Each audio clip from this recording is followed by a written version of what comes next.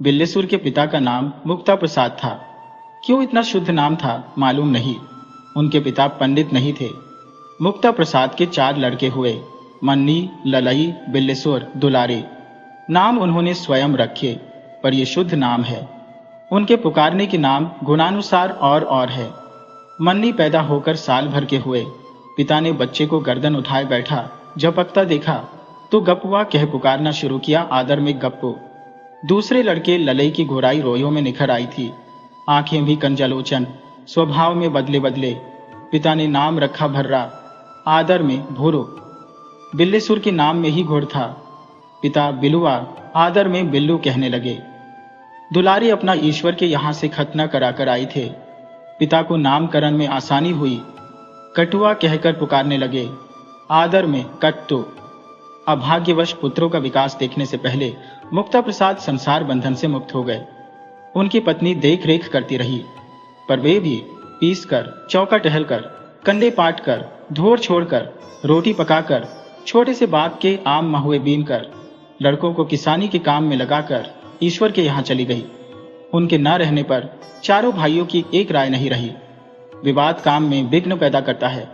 फलतः 4 भाइयों की 2 टोलियां हुई।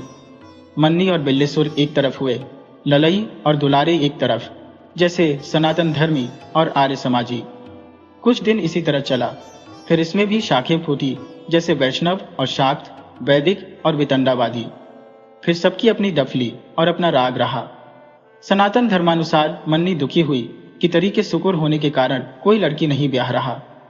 पर विवाह आवश्यक है, इस लोक के लिए भी और परलोक के लिए भी।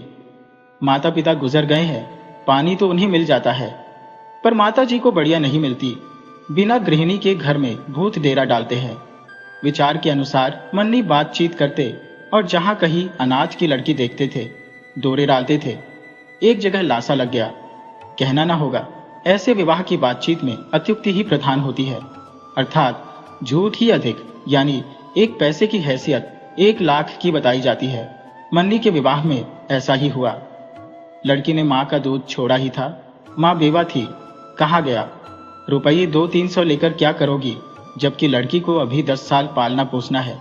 वहीं चलकर रहो, घी दूध खाओ और रानी की तरह रहकर लड़की की परवरिश करो। बात माँ के दिल में बैठ गई। मन्नी तब 30 साल के थे, पर चूंकि नाट्य कद के थे, इसलिए 18-19 की उम्र बतलाई गई। मूछों की वैसी बला न थी। बात खप गई। मन्नी के खेतों के पास एक झाड़ी है, कहते हैं वहां देवता झारखंडेश्वर रहते हैं।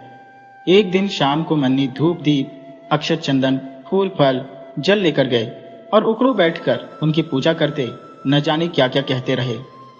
फिर लौटकर प्रसाद पाकर लेटे और पहर रात पूर्वा की तरफ चल दिए। 1 हफ्ते बाद बैंगनी साफा बांधे एक बेवा और उसकी लड़की को लेकर लौटे। रास्ते में जमींदार का खेत लगा था। दिखकर कहा, सब अपनी ही रब्बी है। सासू जी ने मुश्किल से आनंद अतिरेक को रोका। कुछ बढ़े गांव के बागात देख पड़े। मन्नी ने हाथ उठाकर बताया, वहां से वहां तक सब अपनी ही बागें हैं। सासू जी को संदेह न रहा कि मन्नी मालदार आदमी है। घर टूटा था। भाइयों से जुदा होकर एक खंडहर में रहे थे, लेकिन बाग देवी प्रचंड थी, खंडहर को भी खिला दिया। पहुंचने से पहले रास्ते में जमींदार की हवेली दिखाकर बोले, हमारा असली मकान यह है, लेकिन यहाँ भाई लोग हैं, आपको एकांत में ले चलते हैं। वहां आराम रहेगा, यहाँ आपकी इज्जत न होगी, फिर उसी को हवेली बना लेंगे। सासू ने श्रद्धापूर्वक कहा, हाँ भैया ठीक है, बाहरी आदमियों में रहना अच्छा नहीं। मन्नी खंडहर में ले गए।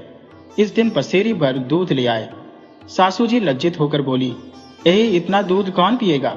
मन्नी ने गंभीरता से उत्तर दिया, औंटने पर थोड़ा रह जाएगा, 3 आदमी है, ज्यादा नहीं।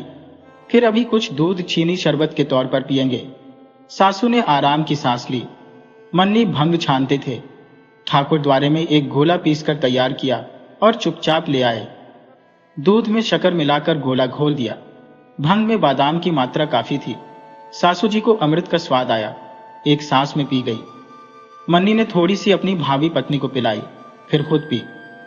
सासू जी हाथ पैर धोकर बैठी। मन्नी पोड़ी निकालने लगे। जब तक नशा चढ़े चढ़े तब तक काम कर लिया। पूरी तरकारी, दूध, शक्कर, मिठाई, खटाई बड़ी तत्परता से सासू जी को परोसा। सासू जी को मालूम दिया मन्नी बड़ी तपस्या के फल मिले। खूब खाया। मन्नी ने पलंग बिछा दिया था, माँ बेटी लेटी। मन्नी भोजन करके ईश्वर स्मरण करने लगे। आधी रात को जोर से गला झाड़ा, पर सासू जी बेखबर रही। फिर दरवाजे पर हाथ दे मारा, पर उन्होंने करवट भी न ली। मन्नी समझ गए कि सुबह से पहले आंख ही न खोलेंगी। बस अपनी भाभी पत्नी को गले लगाया और भगवान बुद्ध की तरह घर त्याग कर चल दिए। पत्नी गले लगी सोती रही। सुबह होते होते मन्नी ने 7 कोस का फासला तय किया। जहां पहुंचे वहां रिश्तेदारी थी, लोग सद गए। सासू जी ने सवेरे हल्ला मचाया। बात खुली, पर चिड़िया उड़ चुकी थी। वे रो पीट कर शाप देती हुई, तू मर जा, तेरी चारपाई गंगा जी जाए, घर चली गई। मन्नी शुभ दिन देखकर चुपचाप विवाह कर पत्नी को साथ लेकर परदेश चले गए। पत्नी की 10-12 साल सेवा की। अब धर्म की रक्षा करते हुए उसे 20 साल की अकेली उसकी मां की गोद में जैसे एक कन्या छोड़कर स्वर्ग सिधार गए हैं। मन्नी कट्टर सनातन धर्मी थे। ललई का दूसरा हाल है। पहले ये भी कलकत्ता बंबई की खाक छानते फिरे, अंत में रतलाम में आकर डेरा जमाया। यहाँ एक आदमी से दोस्ती हो गई। कहते हैं ये गुजराती ब्राह्मण थे। ईश्वर की इच्छा कुछ दिनों में दोस्त ने सदा के लिए आंखें मूंद दी। लाचार दोस्त के घर का कुलभार ललई ने उठाया। दोस्त का एक परिवार था, पत्नी, 2 बेटे बड़े, बेटे की स्त्री। इन सबसे ललई का वही रिश्ता हुआ जो इनके दोस्त का था। इस परिवार में कुछ माल भी था, इसलिए ललई ने परदेश रहने से देश रहना आवश्यक समझा। चूंकि अपने धर्म कर्म में दृढ़ थे, इसलिए लोक निंदा और यशा कथा को एक सा समझते थे। अस्तु इन सबको गांव ले आए। एक साथ पत्नी, 2-2 पुत्र और पुत्र वधू को देखकर लोग एकत्रित रह गए। इतना बड़ा चमत्कार उन्होंने कभी नहीं देखा था, कहीं सुना भी नहीं था। गांव वालों की दृष्टि ललई पहले ही समझ चुके थे, जानते थे जिस पर पड़ती है उसका जल्द निस्तार नहीं होता, इसलिए निस्तार की आशा छोड़कर ही आए थे। गांव वालों ने ललई का पान पानी बंद किया। ललई ने सोचा एक खर्च बचा। गांव वाले भी समझे इसने बेवकूफ बनाया, माल ले आया है जिसका कुछ भी खर्च न कराया गया। ललई निर्विकार चित्त से अपने रास्ते आते जाते रहे, मौके की ताक में थे। इसी समय आंदोलन चला। ललई देश के उद्धार में लगे। बड़ा लड़का गुजरात में कहीं नौकर था, खर्चा भेजता रहा। गांव वाले प्रभाव में आ गए। ललई की लाली के आगे उनका असहयोग न टिका। अब मिलने की बातें कर रहे हैं। ललई राजनीतिक सुधारक, सामाजिक आदमी है। बिल्लेसुर का हाल आगे लिखा जाएगा। इनमें बिल और ईश्वर दोनों के भाव साथ साथ रहे। दुलारे आर्य समाजी थे। बस्ती दीन सुकुल 50 साल की उम्र में एक बेवा ले आए थे। लाने के साल ही भर में उनकी मृत्यु हो गई। दुलारे ने उस बेवा को समझाया, पति के रहते भी 3 साल या 3 महीने खबर न लेने पर पत्नी को दूसरा पति चुनने का अधिकार है। फिर जब बस्ती दीन नहीं रहे, तब तीसरे पति के निर्वाचन की उन्हें पूरा स्वतंत्रता है और दुलारे उनकी सब तरह सेवा करने को तैयार है। स्त्री को एक अवलंब चाहिए। वह राजी हो गई, लेकिन दुलारे भी साल भर के अंदर संसार छोड़कर परलोक सिधार गए। पत्नी को हमल रह गया था, बच्चा हुआ। अब वह नारद की तरह ललई के दरवाजे बैठा खेला करता है। मां नहीं रही। मन्नी मार्ग दिखा गए थे। बिल्लेसुर पीछे पीछे चले। गांव में सुना था बंगाल का पैसा टिकता है, बंबई का नहीं, इसलिए बंगाल की तरह देखा। पास के गांवों के कुछ लोग बर्दवान के महाराज के यहाँ थे, सिपाही अर्दली जमादार। बिल्लेसुर ने सांस रोककर निश्चय किया, बर्दवान चलेंगे, लेकिन खर्च न था। पर प्रगतिशील को कौन रोकता है। यद्यपि उस समय बोल्शेविक का कुछ ही लोगों ने नाम सुना था, बिल्लेसुर को आज भी नहीं मालूम। फिर भी आइडिया अपने आप बिल्लेसुर के मस्तिष्क में आ गई। वे उसी फटे हाल कानपुर गए। बिना टिकट कटाए कलकत्ते वाली गाड़ी पर बैठ गए। इलाहाबाद पहुंचते पहुंचते चेकर ने कान पकड़कर गाड़ी से उतार दिया। बिल्लेसुर हिंदुस्तान की जलवायु के अनुसार सविनय कानून भंग कर रहे थे।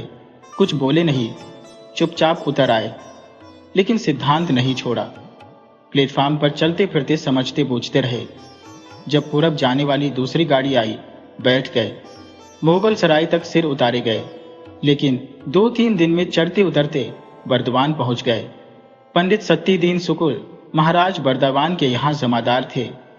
यद्यपि बंगालियों को सत्तीदीन शब्द के उच्चारण में अड़चन थी, वे सत्यदीन या सतीदीन कहते थे।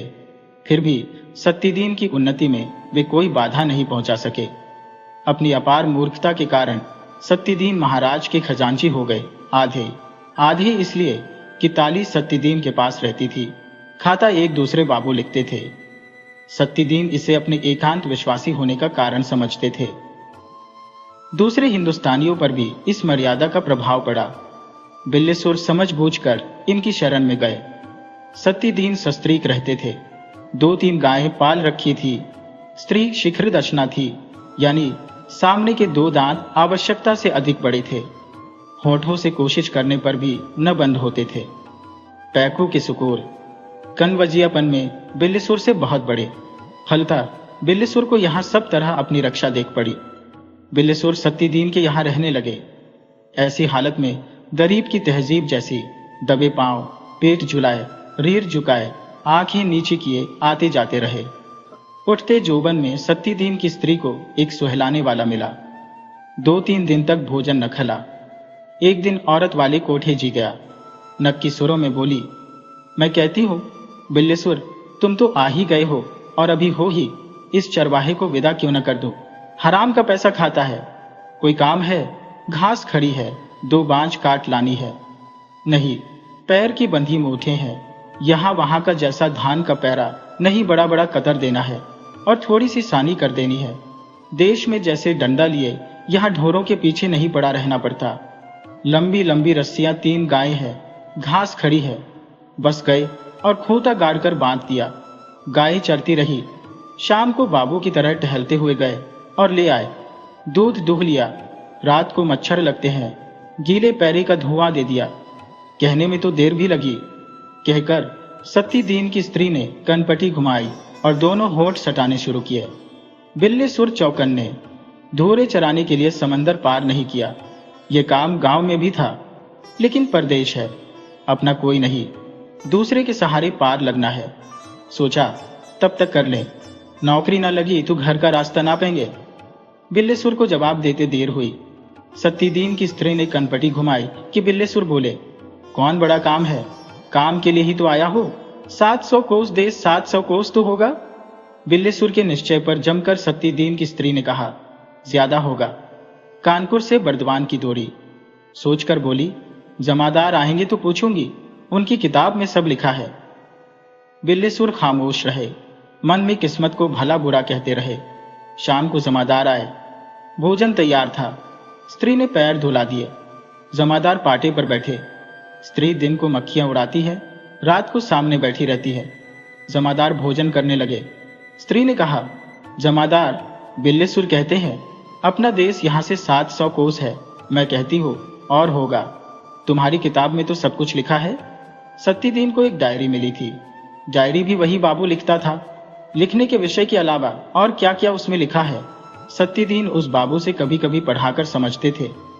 सत्यदीन ने सोचा, महाराज ने ऊंचा पद तो दिया ही है, संसार को भी उनकी मुट्ठी में बेर की तरह डाल दिया है। कई रोज वह किताब घर ले आए थे और वहां जो कुछ सुना था, जितना याद था, सबानी स्त्री को सुनाया था।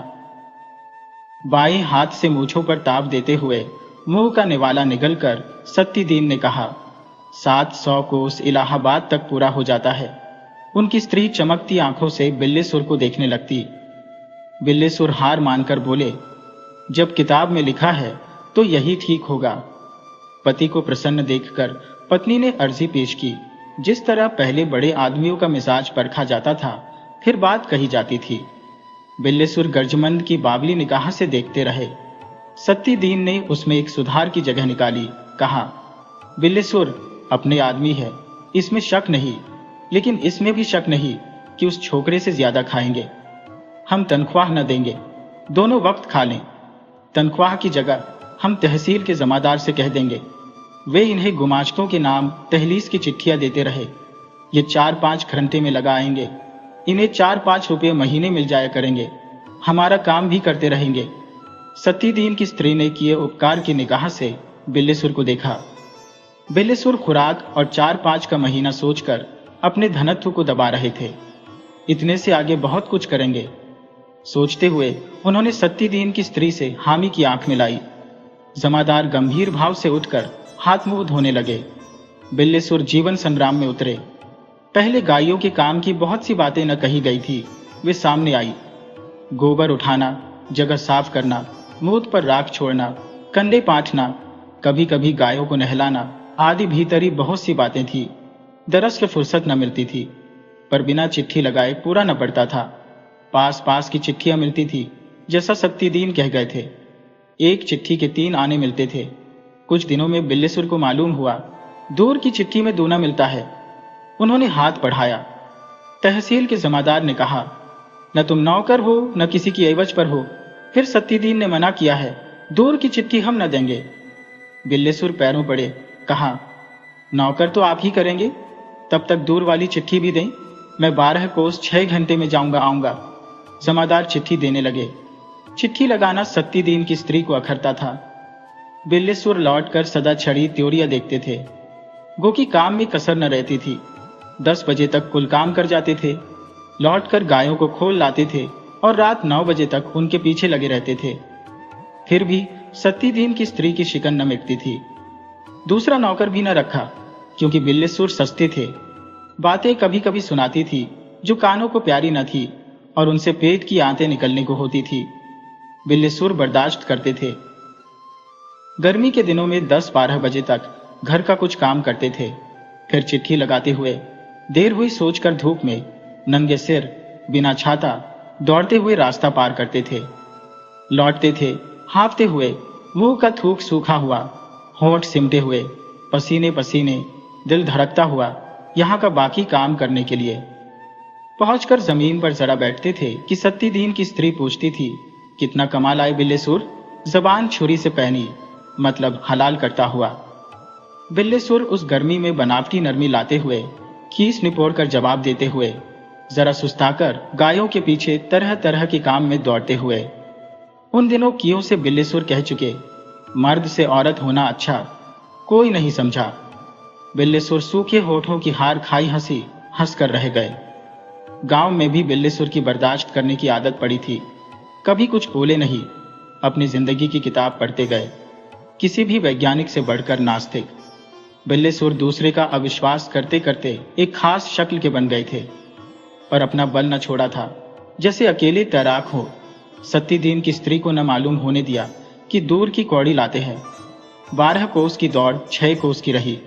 दुनिया को खुश करने की नस टोए पा चुके थे। दम साधे दबाते हुए कई महीने किए गए। एक दिन जमादार को खुश देखकर बोले, बाबा अब नौकरी लगा देते। उन्होंने कहा, अच्छा कल नाप देना। बिल्लेसुर मन्नी के भाई थे, 5 फीट से कुछ ही ऊपर। जानते थे ऊंचाई घटेगी। तरकीब निकाली। चमरौधा जूता था, 1.5 इंच से कुछ ज्यादा ऊंचे तले का। उसमें रुई की गद्दी लगाई। पहनकर खड़े हुए तो जैसे ईंटों पर खड़े हों, लेकिन झेंपे नहीं, न डरे, जैसे फर्ज अदा कर रहे हो। गए। कचहरी में लठ लाकर लगाया गया। बिल्लेसुर ने आंख उठाई कि देखे पूरे हो गए।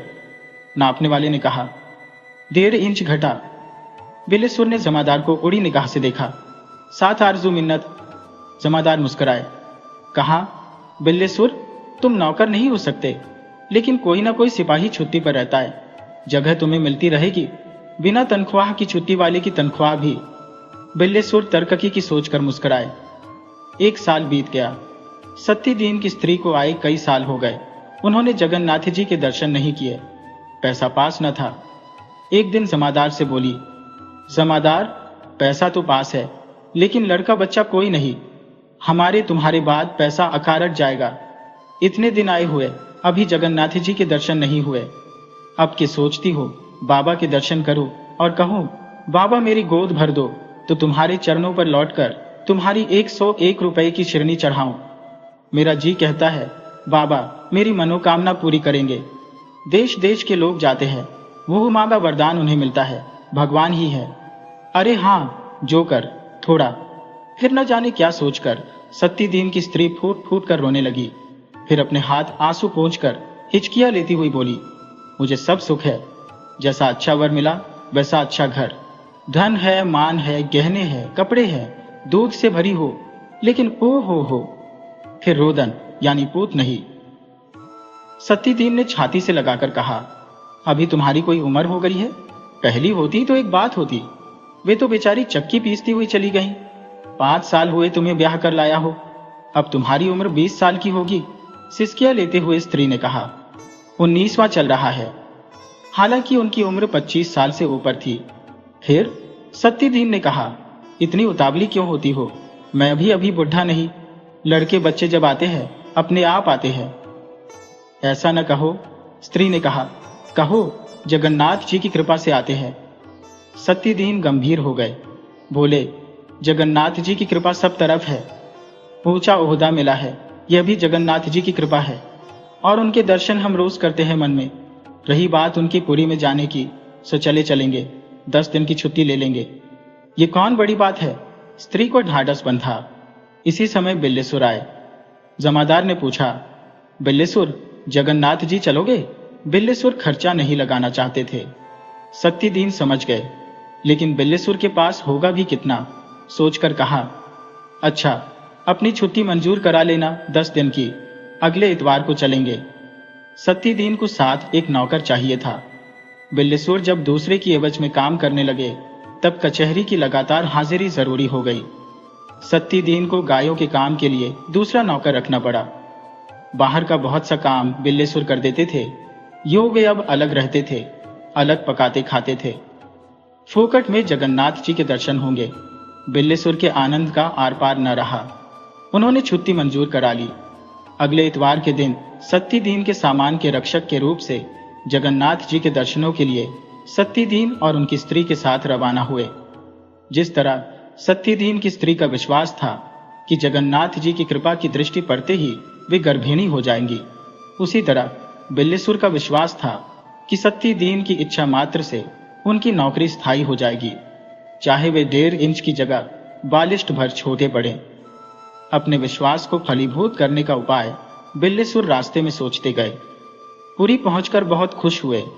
ऐसा दृश्य कानपुर से बर्डवान तक न देखा था। समंदर का किनारा, बालों के दूह देखकर बहुत खुश हुए। समुद्र देखकर जामे से बाहर हो गए। जगन्नाथ जी की स्मृति में बहुत से घोंघे समुद्र के किनारे से चुनकर रखिए, कुछ छोटे छोटे शंख से। मार्कंडेय, वटकृष्ण, चंदन तालाब आदि प्रसिद्ध जगहें देखते फिरे। मंदिर के अहाते में और छोटे छोटे मंदिर हैं, एक एक देखते फिरे। एकादशी को एक जगह उल्टा टंगी देखकर हंसे। सत्तीदीन ने कहा, बाबा के प्रताप से यहाँ एकादशी उल्टा टांग दी गई है। यहाँ कोई एकादशी का व्रत नहीं कर सकता। बिल्लेसुर ने उन्हें भी हाथ जोड़कर प्रणाम किया। फिर सब लोग कलयुग की मूर्ति देखने गए। कलयुग अपनी बीवी को कंधे पर बैठाए बाप को पैदल चला रहा है। सत्तीदीन की स्त्री गौर से देखती रही। कई रोज बड़े आनंद से कटे। भुवनेश्वर चलने की तैयारी हुई। जगन्नाथ जी में जूठा नहीं होता, या दूसरे की जूठन खाना प्रचलित है। इधर के लोग जिन्हें चौकी की कदैत माननी पड़ती है, वहां खुलकर एक दूसरे की जूठन खाते हैं। कोई बुरा नहीं मानता। बिल्लेसुर ने जमादार और जमादारिन की पत्तलों में अपने जूठे हाथ से भात उठाकर डाल दिया। वे कुछ न बोले, बल्कि खाते हुए हंसते रहे। 2 दिन बीत जाने पर की बात है। जमादार नहा चुके थे। बिल्लेसुर भी नहाकर आए। आकर सीधे जमादार के पास गए और उनके पैर पकड़कर पेट के बल लेट गए। क्या है बिल्लेसुर, क्या है बिल्लेसुर? जमादार शंका की दृष्टि से देखते हुए पूछने लगे। बिल्लेसुर ने करुण स्वर से कहा, कुछ नहीं बाबा, मेरा भवसागर से उद्धार करो। भवसागर से उद्धार? हम कैसे करें बिल्लेसुर? क्या हो गया है? सत्तीदीन विचलित हो गए। पैर पकड़े गए ही बिल्लेसुर ने कहा, बाबा मुझे गुरु मंत्र दो। अरे गुरु यहाँ एक से एक बड़े हैं, छोड़ो पांव, उनमें जिससे चाहो मंत्र ले लो। सत्तीदीन ने पैर छोड़ाने को किया। मेरी निगाह में तुमसे बड़ा कोई नहीं, तुम मुझ पर दया करो। पैर पकड़े हुए बिल्लेसुर ने पैरों पर माथा रख दिया। मुझे तो काय गुरु मंत्र आता ही नहीं, सिर्फ गायत्री आती है। विकल होकर सत्तीदीन ने कहा, बाबा गायत्री से बड़ा गुरु मंत्र और कोई नहीं, मैं यही मंत्र लूंगा। अरे गायत्री तो जनेऊ होते वक्त तुम सुन चुके हो। मैं भूल गया हूं, तुम्हारे पैर छूकर कहता हूं। कल मैंने सपना देखा है कि बाबा जगन्नाथ जी कहते हैं, लेकिन कहूंगा तो सपना फलियाएगा नहीं। स्वप्न की बात से सत्तीदीन की स्त्री रोमांचित हुई। बिल्लेसुर बाजी मार ले गया। सोचा, पुकार कर कहा, बिल्लेसुर पैर छोड़ दो, तुम्हें बाबा का सपना हुआ है तो मैं कहती हूँ जमादार गुरु मंत्र देंगे। यहाँ आओ, अकेले में मुझसे बताओ कि क्या सपना देखा। बात पाकर बिल्लेसुर ने पैर छोड़ दिए। सत्तीदीन की स्त्री कोठरी की तरफ बढ़ी। बिल्लेसुर साथ साथ गए। वहां जाकर कहा, मैं सोता था, देखा भुस्स से एक आग जल उठी। उसमें 3 मुंह वाला एक आदमी बैठा था। उसने कहा, बिल्लेसुर तू गरीब ब्राह्मण है, सताया हुआ है, लेकिन घबरा मन, तू जिसके साथ आया है उनकी सेवा कर, उनसे गुरु मंत्र ले ले, तू दूधों पूतों पलेगा। फिर देखता हूं तो कहीं कुछ नहीं। सत्तीदीन की स्त्री ने निश्चय किया, हल उल्टा हुआ। यह सपना दरअसल उन्हें होना था, कोई खता ना हो गई हो। हर सोमवार बाबा के नाम घी की बत्ती देने का संकल्प किया। फिर सत्तीदीन से मंत्र दे देने के लिए कहा। सत्तीदीन ने कराठी, माला, मिठाई, अंगोछा आदि बाजार से खरीद लाने के लिए बिल्लेसुर से कहा। बिल्लेसुर गए, क्षण भर में खरीद लाए। सत्तीदीन ने गायत्री मंत्र से पुनर्वार बिल्लेसुर को दीक्षित किया। बिल्लेसुर की श्रद्धालु आंखों का प्रभाव सत्तीदीन की स्त्री पर पड़ा। जगन्नाथ दर्शन बिल्लेसुर के मुकाबले उनका फीका रहा सोचकर जमादार से बोली, जमादार मैं कहती हूं मंत्र मैं भी क्यों न ले लो। जमादार ने कहा, अच्छा पंडा जी आवे तो पूछ लें। ईश्वर की इच्छा से पंडा जी कुछ ही देर में आ गए। सत्तीदीन ने पूछा। पंडा जी ने सत्तीदीन की स्त्री को देखा और कहा, अभी तुम रख नहीं सकेगा, अभी तो तुमको मासिक धर्म होता है। सत्तीदीन की स्त्री कटी निगाह देखती रही। पंडा जी ने सत्तीदीन को सलाह दी कि चौथेपन में गुरु मंत्र लेना लाभदायक होता है। जब तक स्त्री को मासिक धर्म होता है तब तक वह मंत्र की रक्षा नहीं कर सकती, अशुद्ध रहती है और तरह तरह से पैर फिसलने की संभावना है। सत्तीदीन मान गए। वहां से भुवनेश्वर गए, फिर बर्दवान वापस आए। सत्तीदीन की स्त्री 1 साल तक जगन्नाथ जी की शक्ति की परीक्षा करती रही। हर सोमवार को घी का दिया देती थी और हर महीने के अंत तक प्रतीक्षा करती थी, लेकिन कोई फल न हुआ। बिल्लेसुर की क्रिया काष्ठा बहुत बढ़ गई। तिलक, माला और गायत्री के धारण से उनकी प्रखरता दिन पर दिन निखरती गई। जब 1 साल तक पुत्र विषय में बाबा जगन्नाथ जी ने कृपा न की, तब सत्तीदीन की स्त्री का देवता पर कोप चढ़ा और वे दिव्य शक्ति की पक्षपातिनी बन गई, यथार्थवादी लेखक की तरह। बिल्लेसुर को बड़ी ग्लानि हुई। उनके गुरुमंत्र का लोग मजाक उड़ाते थे। उनकी हालत में भी कोई सुधार नहीं हुआ। उन्होंने निश्चय किया, देश चल कर रहेंगे। जमींदार की गुलामी से गुरु की गुलामी सख्त है। यहां से वहां की आबोहवा अच्छी, अपने आदमी बोलने बतलाने के लिए है। अब यहां नहीं रहेंगे। गुरुआइन का यथार्थवाद भी बिल्लेसुर को खला। एक दिन वे अपनी कंठी और माला लेकर गए और गुरुआइन के सामने रखकर कहा, मैंने देश जाने की छुट्टी ली है, लौटो या न लौटो कहने को क्यों रहे। ये माला है और ये कंठी लो, अब मैं चेला नहीं रहूंगा। जैसे गुरु वैसी तुम, ये तुम्हारा मंत्र है। कहकर गायत्री मंत्र की आवृत्ति कर गए और सुनाकर चल दिए। फिर पैर भी नहीं छुए। बिल्लेसुर गांव आए। अंटी में रुपए थे, होठों में मुस्कान। गांव के जमींदार, महाजन, पड़ोसी सबकी निगाह पर चढ़ गए। सबके अंदाज लड़ने लगे, कितना रुपया ले आया है। लोगों के मन की मंदाकिनी में अव्यक्त ध्वनि थी। बिल्लेसुर रुपयों से हाथ धोए। रात को लाठी के सहारे कच्चे मकान की छत पर चढ़कर आंगन में उतरकर रखा सामान और कपड़े लत्ते उठा ले जाने वाले चोर इस ताक में रहने लगे कि मौका मिले तो हाथ मारें। एक दिन मंसूबा गांठ कर त्रिलोचन मिले और अपनी शान वाली आंख खोलकर बड़े अपनाव से बिल्लेसुर से बातचीत करने लगे। क्यों बिल्लेसुर, अब गांव में रहने का इरादा है या फिर चले जाओगे? बिल्लेसुर त्रिलोचन के पिता तक का इतिहास कंठाग्र किए थे।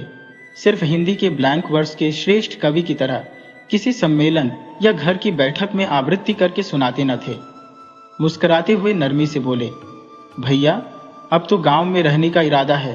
बंगाल का पानी बड़ा लांगन है। त्रिलोचन के तीसरे नेत्र में और चमक आ गई। एक कदम बढ़कर और निकट होते हुए सामीप्य वाले भक्त के सहानुभूति सूचक स्वर से बोले, बड़ा अच्छा है, बड़ा अच्छा है। काम कौन सा करोगे? अभी तक कुछ विचार नहीं किया। बिल्लेसुर वैसे ही मुस्कुराते हुए बोले, बिना सोते के कुतरा सूख जाता है, बैठे बैठे कितने दिन खाओगे? सही सही कहता हूं, अभी तो ऐसे ही दिन कटते हैं। ऐसा न कहना, गांव के लोग बड़े पाजी है, पुलिस में रिपोर्ट कर देंगे तो बदमाशी में नाम लिख जाएगा। कहाँ करो, जब चुक जाएगा तब फिर कमा लाएंगे। बिल्लेश्वर सिटपिटाए। कहा, हाँ भैया, आजकल होम करते हाथ जलता है, लोग समझेंगे। जब कुछ है ही नहीं तब खाता क्या है? चोरी करता होगा। त्रिलोचन ने सोचा, परले दर्जे का चालाक है, कहीं कुछ खोलता ही नहीं।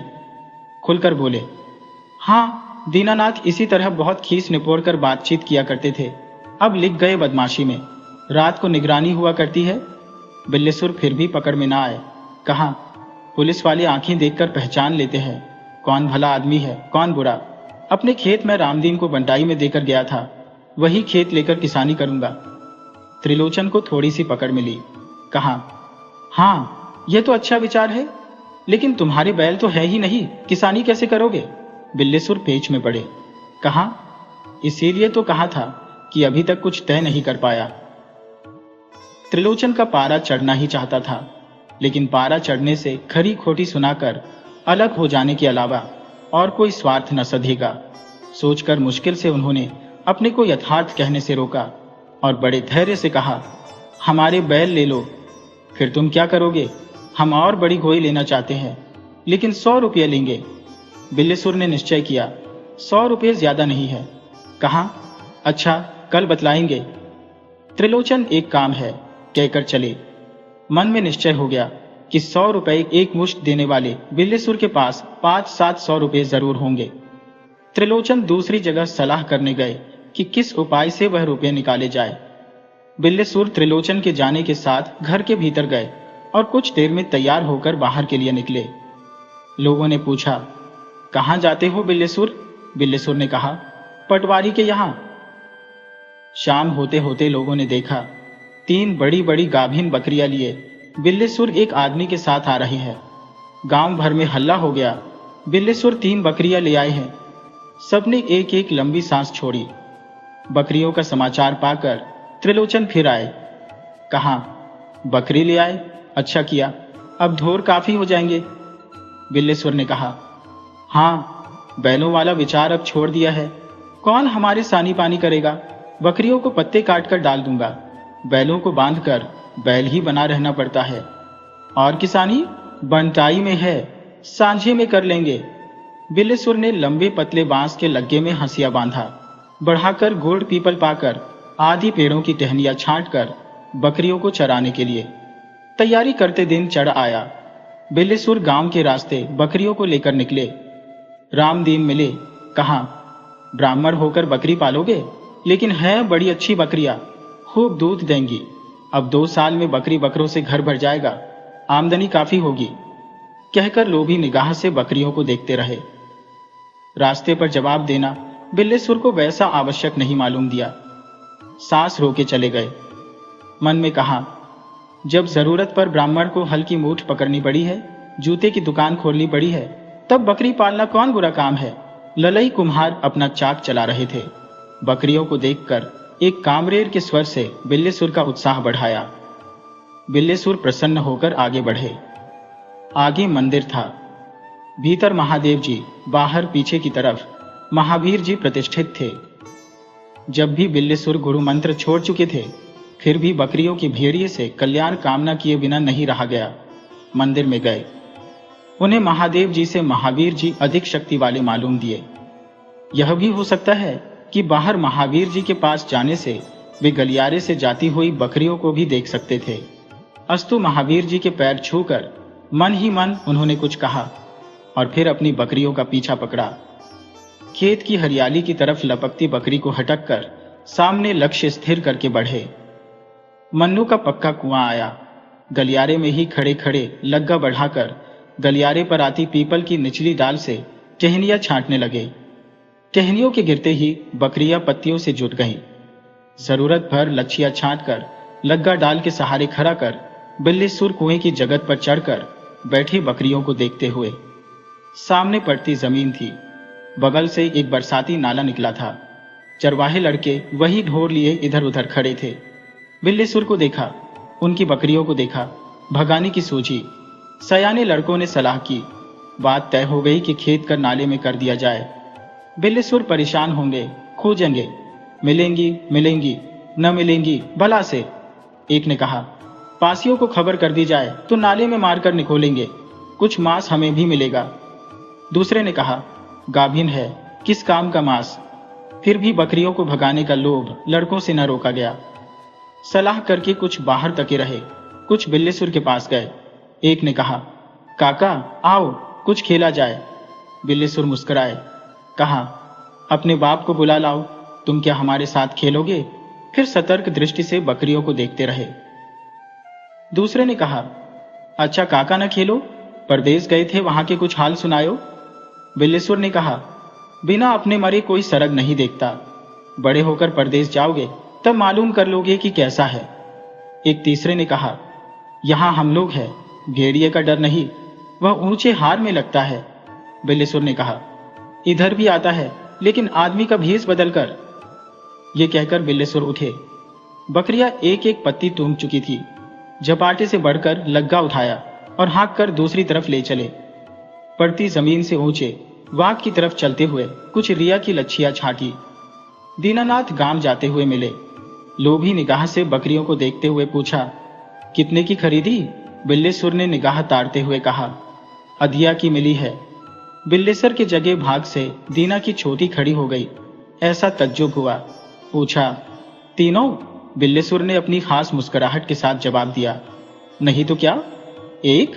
दीना ने अर्थाकर पूछा, यानी बकरी तुम्हारी, दूध तुम्हारा, मर जाए उसकी, बच्चे आधे आधे।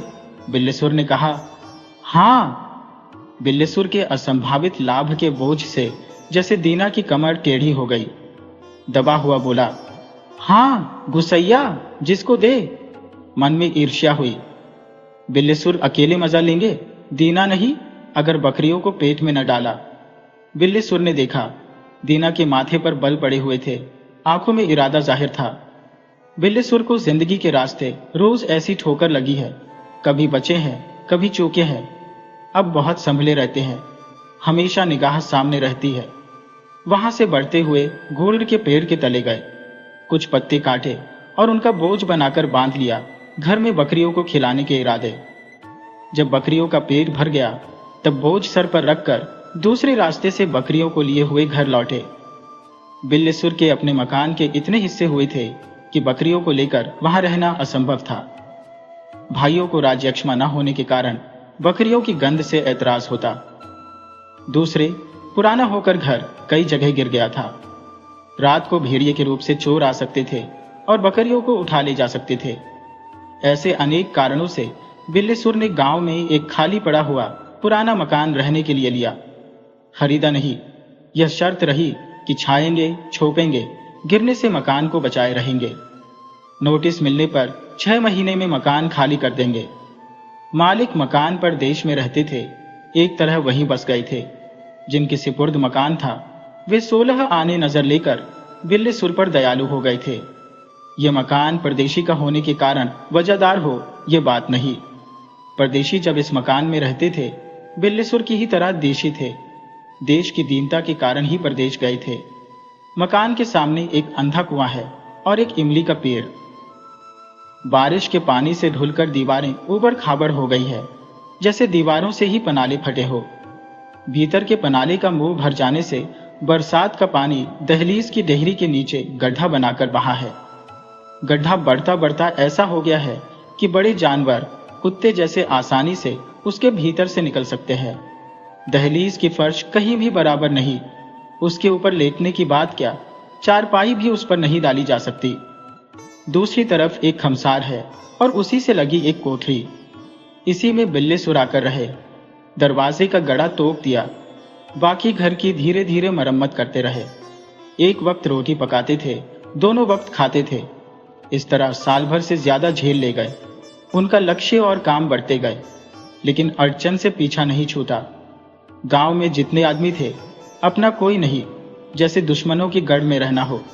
भाई भी अपने नहीं। बिल्लीसुर सोचते थे, क्यों एक दूसरे के लिए नहीं खड़ा होता। जवाब कभी कुछ नहीं मिला। मुमकिन दुनिया का असली मतलब उन्होंने लगाया हो। फिर भी जान रहते काम करना पड़ता है, दूसरे की मदद करनी पड़ती है, सहारा लेना पड़ता है, ये सच है। इधर कोई ध्यान नहीं देता, ये कमजोरी दूर नहीं हो रही, कोई सूरत भी नजर नहीं आ रही। हमारे सुकरात की जबान न थी, पर इसकी फिलासफी लचर न थी, सिर्फ कोई इसकी सुनता न था। इसे भी भूल भुलैया से बाहर निकलने का रास्ता नहीं दिखा, इसलिए यह भटकता रहा। कुछ वक्त और बीता। बकरियों के साथ ही रहते थे, सारे घर में लहन दिया। दमदार पहले से थे, बकरियों के साथ रहकर और हो गए थे। अब तक खरीदी बकरियों के नाती नातिनें पैदा हो चुकी थी, कुछ पट्ठे बेच भी चुके थे, अच्छी आमदनी हो चली थी। गांव वालों की नजर में और खटकने लगे थे। एक दफा कुछ लोग बिल्लेसुर के खिलाफ जमींदार के यहाँ फरियाद लेकर गए थे कि गांव के कुल पेड़ बिल्लेसुर ने धूरे कर दिए, उनकी बकरियां बिकवा दी जानी चाहिए। जमींदार ने अच्छा कहकर उनका उत्साह बढ़ाकर टाल दिया, क्योंकि बिल्लेसुर की बकरियों पर उनकी निगाह पहले पड़ चुकी थी और वे सरकारी पेड़ों की छंटाई की एक रकम बिल्लेसुर से तय करके लेने लगे थे। गांव वाले दिल का गुब्बार बिल्लेसुर को बकरिहा कहकर निकालने लगे। जवाब में बिल्लेसुर बकरी के बच्चों के वही नाम रखने लगे जो गांव वालों के नाम थे। नहाकर, रोटी पका खाकर, शाम के लिए रखकर बिल्लेसुर बकरियों को लेकर निकले। कंधी में वही लग्गा पड़ा हुआ, जामुन पक रही थी। एक डाल में लग्गा लगाकर हिलाया। लग्गे की एक तरफ हंसिया, दूसरी तरफ लघु सी बंधी थी। फरेंदे गिराकर बिनकर अंगोछे में ले लिए और खाते हुए गलियारे से चले। आगे महावीर जी वाला मंदिर मिला, चढ़ गए और चबूतरे के ऊपर से मुंह की गुठली नीचे फेंककर महावीर जी के पैर छुर और रोज की तरह कहा, मेरी बकरियों की रखवाली किए रहना। तुलसीदास जी या सीता जी की जैसी अंतर्दृष्टि न थी, होती तो देखते। मूर्ति मुस्कुराई, जल्दी जल्दी पैर छूकर और कहकर मंदिर के चबूतरे से नीचे उतरे। बकरियों को लेकर गलियारे से होते हुए बाग की ओर चले। दोपहर हो रही थी, पानी का गहरा डोंगरा गिर चुका था, जमीन गीली हो गई थी। ताल तलैया, गढ़ी गढ़े बहुत कुछ भर चुके थे। कपास, धान, अगमन, ज्वार बाजरे, अरहर, सनई, सन, लोबिया, ककड़ी खीरे, मक्की, उर्द आदि बोने के लोभी किसान तेजी से हल चला रहे थे। किसानी के तंत्र के जानकार बिल्लेसुर पहली वर्षा की मटैली सुगंध से मस्त होते हुए मौलिक किसानी करने की सोचते अपनी इसी धुन में बकरियों को लिए चले जा रहे थे। उन बंटाई उठाए खेतों में एक खेत खोद काश्त के लिए ले लिया था।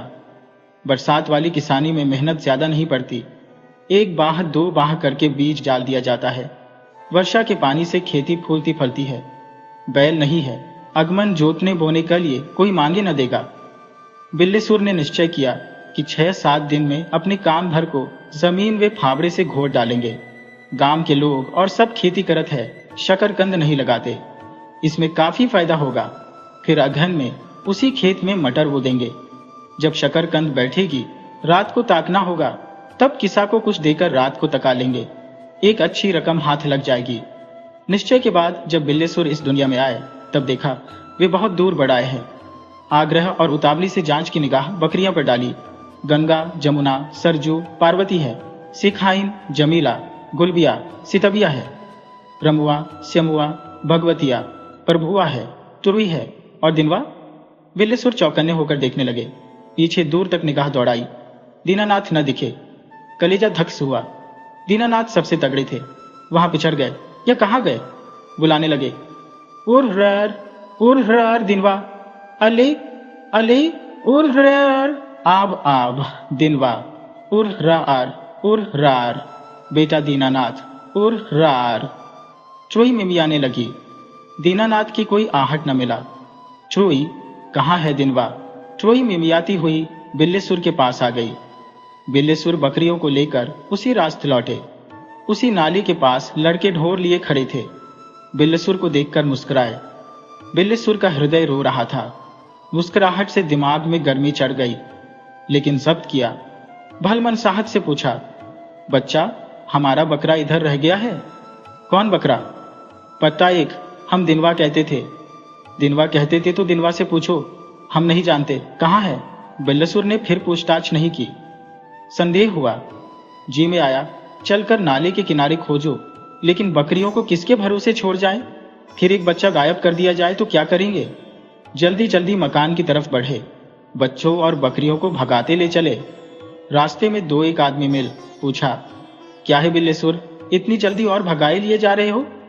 बिल्लेसुर ने कहा, भैया एक पट्टा किसी ने पकड़ लिया है, वहां नाले के पास लड़के ढोर लिए खड़े हैं, बताते नहीं। सुनने वालों ने कहा, जानते हो गांव में ऐसे चोर है कि कटहली भी आंगन में रह जाए तो अटारी से उतर कर उठा ले जाए। बोलो तो द्वार बाहर बेइज्जत करे, कहां कोई गांव छोड़कर भग जाए। बिल्लेसुर बढ़े, दरवाजा खोला, कोठरी में बच्चों को और दहलीज में बकरियों को ताले के अंदर बंद करके जंदा लेकर दीना का पता लगाने चले। पहले दीना के घर गए, पता लगा कि वह घर में नहीं है। वहां से सीधी खुशकी से नाले की ओर बढ़े। ऊंचे टीले पर एक लड़का बैठा इधर उधर देख रहा था।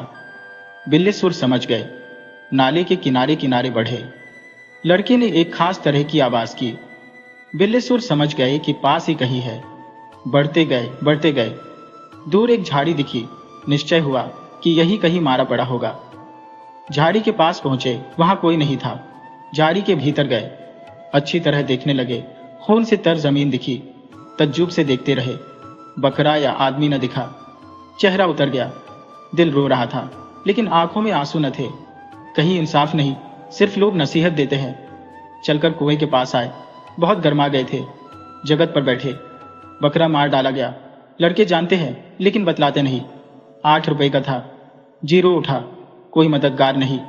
ढलते सूरज की धूप सिर पर पड़ रही थी, लेकिन बिल्लेसुर ख्याल में ऐसे डूबे थे कि गर्मी पहुंचकर भी न पहुंचती थी।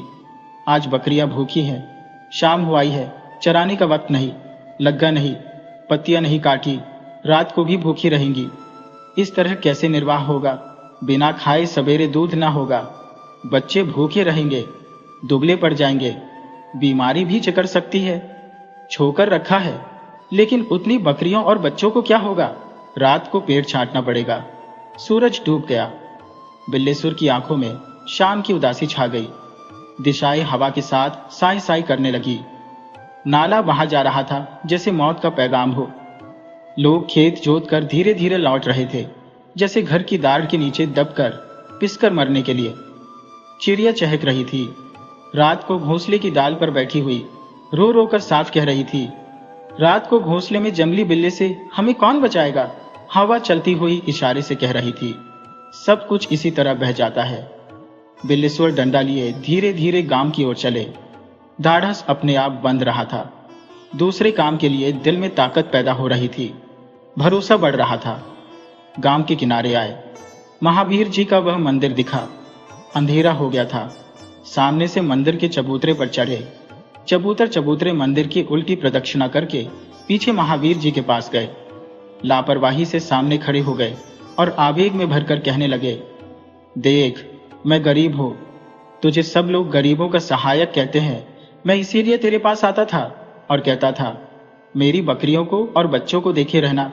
क्या तूने रखवाली की? बता, लिए थूथन सा मुंह खड़ा है। कोई उत्तर नहीं मिला।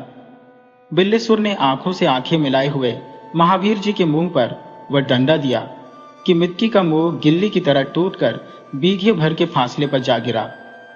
बिल्लेसुर जैसा लिख चुके हैं, दुख का मुंह देखते देखते उसकी डरावनी सूरत को बार बार चुनौती दे चुके थे। कभी हार नहीं खाई। आजकल शहरों में महात्मा गांधी के बकरी का दूध पीने के कारण बकरी दूध की बड़ी खपत है, इसीलिए गाय के दूध से उसका भाव भी तेज है। मुमकिन देहात में भी यह प्रचलन बढ़ा हो, पर बिल्लेसुर के समय सारा संसार बकरी के दूध से घृणा करता था।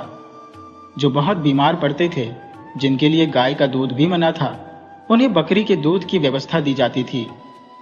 बिल्लेसुर के गांव में ऐसा एक भी मरीज नहीं आया। जब दूध बेचा नहीं बिका, किसी को कृपा पात्र बनवाए रहने के लिए व्यवहार में देने पर मुंह बनाने लगा, तब बिल्लेसुर ने खोया बनाना शुरू किया। बकरी के दूध का खोया बनाने में पहले प्रकृति बाधक हुई। बकरी के दूध में पानी का हिस्सा बहुत रहता है। बड़ी लकड़ी लगानी पड़ी। बड़ी देर तक चूल्हे के किनारे बैठ रहना पड़ा। बड़ी मेहनत।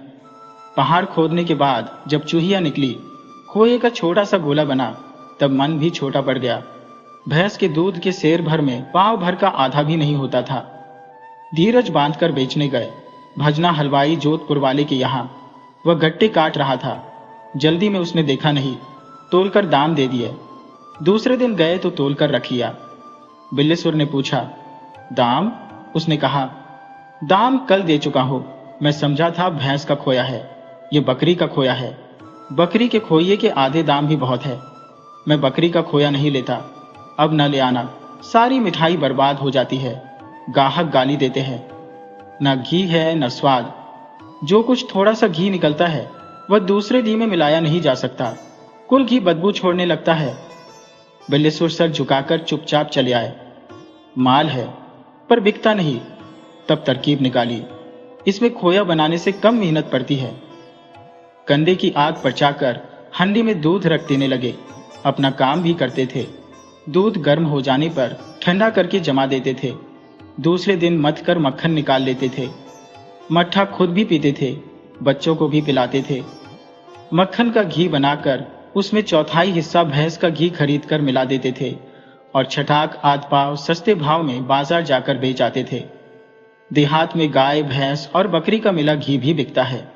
जिनके यहाँ जानवरों की दोनों या तीनों किस्में हैं, वे दूध अलग अलग नहीं जमाते। बिल्लीसुर का काम चल निकला। बकरे के मारे जाने को उन्होंने हानि लाभ जीवन मरण की फिलॉसफी में शुमार कर अपने भविष्य की ओर देखा। उन्होंने निश्चय किया, बकरियों को हार में चराने न ले जाएंगे, घर में ही खिलाएंगे, जब तक खेत तैयार न हो जाए और शकरकंद की बौड़ी न लग जाए। सवेरा होते ही बिल्लीसुर फावड़ा लेकर खेत में जुटे। रात को इतनी पत्ती काट लाए थे कि आज दिन भर के लिए बकरियों का काफी चारा था। बकरियां और बच्चे उसी तरह कोठरी और दहलीज में बंद थे। हावड़े से खेत घोरते देखकर गांव के लोग मजाक करने लगे, लेकिन बिल्लीसुर बोले नहीं, काम में जुटे रहे।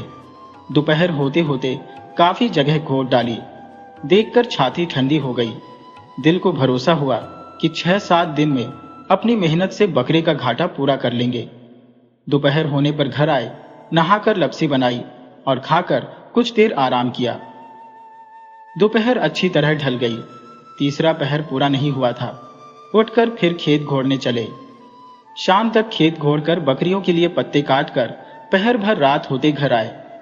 7 दिन की जगह 5 ही दिन में बिल्लीसुर ने खेत का वह हिस्सा गोद डाला। खेत से एक पाटी निकाल ली। लोग पूछते थे, क्या बोने का इरादा है बिल्लीसुर? बिल्लीसुर कहते थे, भंग। देहात में कोई किसी को मन नहीं देता, यूं कहीं भी नहीं देता। बिल्लीसुर पता लगाकर शकरकंद की बौंदी ले आए। एक दिन लोगों ने देखा बिल्लीसुर शकरकंद लगा रहे हैं। पानी बरसने और शकरकंद की बौंदी के फैलने के साथ बिल्लीसुर बालों की जैसी मेड़ों पर मिट्टी चढ़ाने लगे। जब से त्रिलोचन के बैल न लेकर बिल्लीसुर ने बकरियां खरीदी, तभी से इस बेचारे को जुटाने के लिए त्रिलोचन पेच भर रहे थे। बकरियों के बच्चों के बढ़ने के साथ गांव में धनिकता के लिए बिल्लीसुर का नाम भी बढ़ा। लोग तरह तरह की राय जाहिर करने लगे। क्वार का महीना, बिल्लीसुर की शकरकंद की बेलें लह रही दिख रही थी। लोग अंदाजा लड़ा रहे थे कि इतने मन शकरकंद निकलेगी। बिल्लीसुर छप्पर के नीचे बकरी के दूध में सानकर सत्तू घोड़ खा रहे थे। त्रिलोचन आए। बकरी के बच्चों पर एक झोवा औंधाया था। उस पर चढ़कर बैठने के लिए घूमे, लेकिन बिल्लीसुर को हाथ हिलाते देखकर वही जमीन पर बैठ गए। एक बड़ी बढ़िया खबर है बिल्लीसुर, बिल्लीसुर से मुस्कुराते हुए कहा। उपदेशक की मुद्रा से हथेली उठाकर बिना कुछ बोले आश्वासन देते हुए बिल्लीसुर ने समझाया, कुछ देर धीरज रखो। त्रिलोचन ने पूछा, भोजन करते बोलते नहीं क्या? गंभीर भाव से आंखें मूंद कर सिर हिलाते हुए बिल्लीसुर ने जवाब दिया। त्रिलोचन अपनी बातचीत का सिलसिला मन ही मन जोड़ते रहे। जल्दी जल्दी सत्तू खाकर बिल्लीसुर उठे। पनाले के पास बैठकर हाथ धोए, कुल्ले किए। अभ्यास के अनुसार जनेऊ में बंधी तांबे की दंतखोदनी उठाकर दांत खरका किए, फिर कुल्ले किए और एक डकार छोड़कर सर झुकाए हुए कोठरी के भीतर गए। त्रिलोचन देखते रहे। बिल्लीसुर एक खटोला निकालकर बाहर ले आए। डालकर कहा, आओ जरा संभल कर बैठना, हचकना नहीं। त्रिलोचन उठकर खटोले पर बैठे। एक तरफ बिल्लीसुर बैठे। त्रिलोचन ने बिल्लीसुर को देखा, फिर आश्चर्य से आंखें निकालकर कहा, करना चाहो तो एक बड़ा अच्छा ब्याह है। विवाह के नाम मात्र से बिल्लीसुर की नसों में बिजली दौड़ गई, लेकिन हिंदू धर्म के अनुसार उसे उपयोगितावाद में लाते हुए कहा, अब देखते ही हो सत्तू खाना पड़ा है। औरत कोई होती तो मरती हुई भी रोटी सेक कर रखती। यथार्थ है, त्रिलोचन गंभीर होकर बोले। बिल्लासुर को बढ़ावा मिला। कहा, गांव के 4 भाइयों का मोह है, पड़ा हूं, नहीं तो मरने के लिए दुनिया भर में मुझे ठौर है। अब यह भी तुम समझाओगे तब समझेंगे। बिल्लेसुर का पौरुष जग गया। उन्होंने कहा, बंगाल गया था, चाहता तो एक बैठा लेता, लेकिन बाप दादे का नाम भी तो है। सोचा कौन नाक कटाए, तुम ही लोग कहते। बिल्लेसुर ने बाप के नाम की लोटियां डुबो दी। बिल्लेसुर अपनी भूमिका से एकाएक विषय पर नहीं आ सकते थे। आने के लिए बढ़कर फिर हट जाते थे। त्रिलोचन ने कहा, सारा गांव तुम्हारी तारीफ करता है, गांव ही नहीं ग्वैन भी, कि बिल्लेसुर मर्द आदमी है। बिल्लेसुर ने कहा, नाम के लिए दुनिया मरती है, इतनी मेहनत हम क्यों करते हैं? नाम ही नहीं तो कुछ नहीं। हमारे बाप मरकर भी नहीं मरे, क्यों? और अगर उनके पोता न रहा तो? त्रिलोचन ने कहा, तुम्हारे जैसा समझदार लड़का जिनके है, उनके पोता कैसे न रहेगा? कहकर त्रिलोचन गंभीर हो गए। बिल्लेसुर ने कहा, माँ बाप ही दुनिया के देवता है, धर्म तो रहा ही ना होता अगर माँ बाप न रहे होते। त्रिलोचन ने कहा, बेशक धर्म की रक्षा हर एक को करनी चाहिए, तभी 2 धर्म के पीछे जान दे देने के लिए कहा है। अब देखो, खेत में काम करने गए, घर आए, औरत नहीं। बिना औरत के भोजन विधि समेत नहीं पकता, न जल्दी में नहाते बनता है, न रोटी बनाते न खाते। धर्म कहाँ रहा? बिल्लेसुर उत्तेजित होकर बोले, हम तो बहुत पहले समझ चुके थे, अब तुम ही समझो। कहकर त्रिलोचन ने तीसरी आंख पर मन को चढ़ाया। बिल्लेसुर ने एक दफा त्रिलोचन को देखा, फिर सोचने लगे। देखो, दलाल बनकर आया है, सोचता है दुनिया में हम ही चालाक है, अभी रुपए का सवाल पेश करेगा। पता नहीं किसकी लड़की है, कौन है, जरूर कुछ दाग होगा। अड़चन यह है कि निबाह नहीं होता, भूख लगती है इसलिए खाना पड़ता है, पानी बरसता है, धूप होती है, लू चलती है, इसलिए मकान में रहना पड़ता है, मकान की रखवाली के लिए ब्याह करना पड़ता है, मकान का काम स्त्री ही आकर संभालती है। लोग तरह तरह की चीज वस्तुओं से घर भर देते हैं, स्त्री को जेवर गहने बनवाते हैं। यो सब झोल है, ढोल में सब पोल ही पोल तो है। बिल्लेसुर को गुरुवाइन की याद आई। गांव के घर घर का सुना इतिहास आग के सामने घूम गया। अब तक वे झूठ कहते रहे, यही कारण है कि बुलबुल कांपे में फंसता है। त्रिलोचन के ज्ञान में रहने की प्रतिक्रिया बिल्लेसुर में हुई। फिर यह सोचकर कि अपना क्या बिगड़ता है, इसका मतलब मालूम कर लेना चाहिए, करुण स्वर से बोले, हाँ भैया, समझदार तुमको गांव के सभी मानते हैं। खुश होकर त्रिलोचन ने कहा, ऐसी औरत गांव में आई नहीं, 16 साल की, आग बबूका। बिल्लेसुर को देवियों की याद आ गई थी, इसलिए विचलित होकर संभल गए। कहा, तुम्हारी आंख कभी धोखा खा सकती है? कहाँ की है? यह तो न बताएंगे, जब ब्याहन चलोगे तभी मालूम करोगे। पहले तो फलदान चढ़ेंगे, या इसकी भी जरूरत नहीं, फलदान चढ़ेंगे, लेकिन कोई पूछताछ ना होगी। तिवारियों के यहाँ की लड़की है, सब काम हमारी मार्फत होगा। किस गांव की है? इतना बता दिया तो क्या रह जाएगा, ये ब्याह से पहले मालूम हो ही जाएगा। मगर एक बात है, उनके यहाँ ब्याह का खर्च नहीं, भले मानस है, लड़की नहीं बेचेंगे पर खर्च तुम्हें देना होगा। कितना?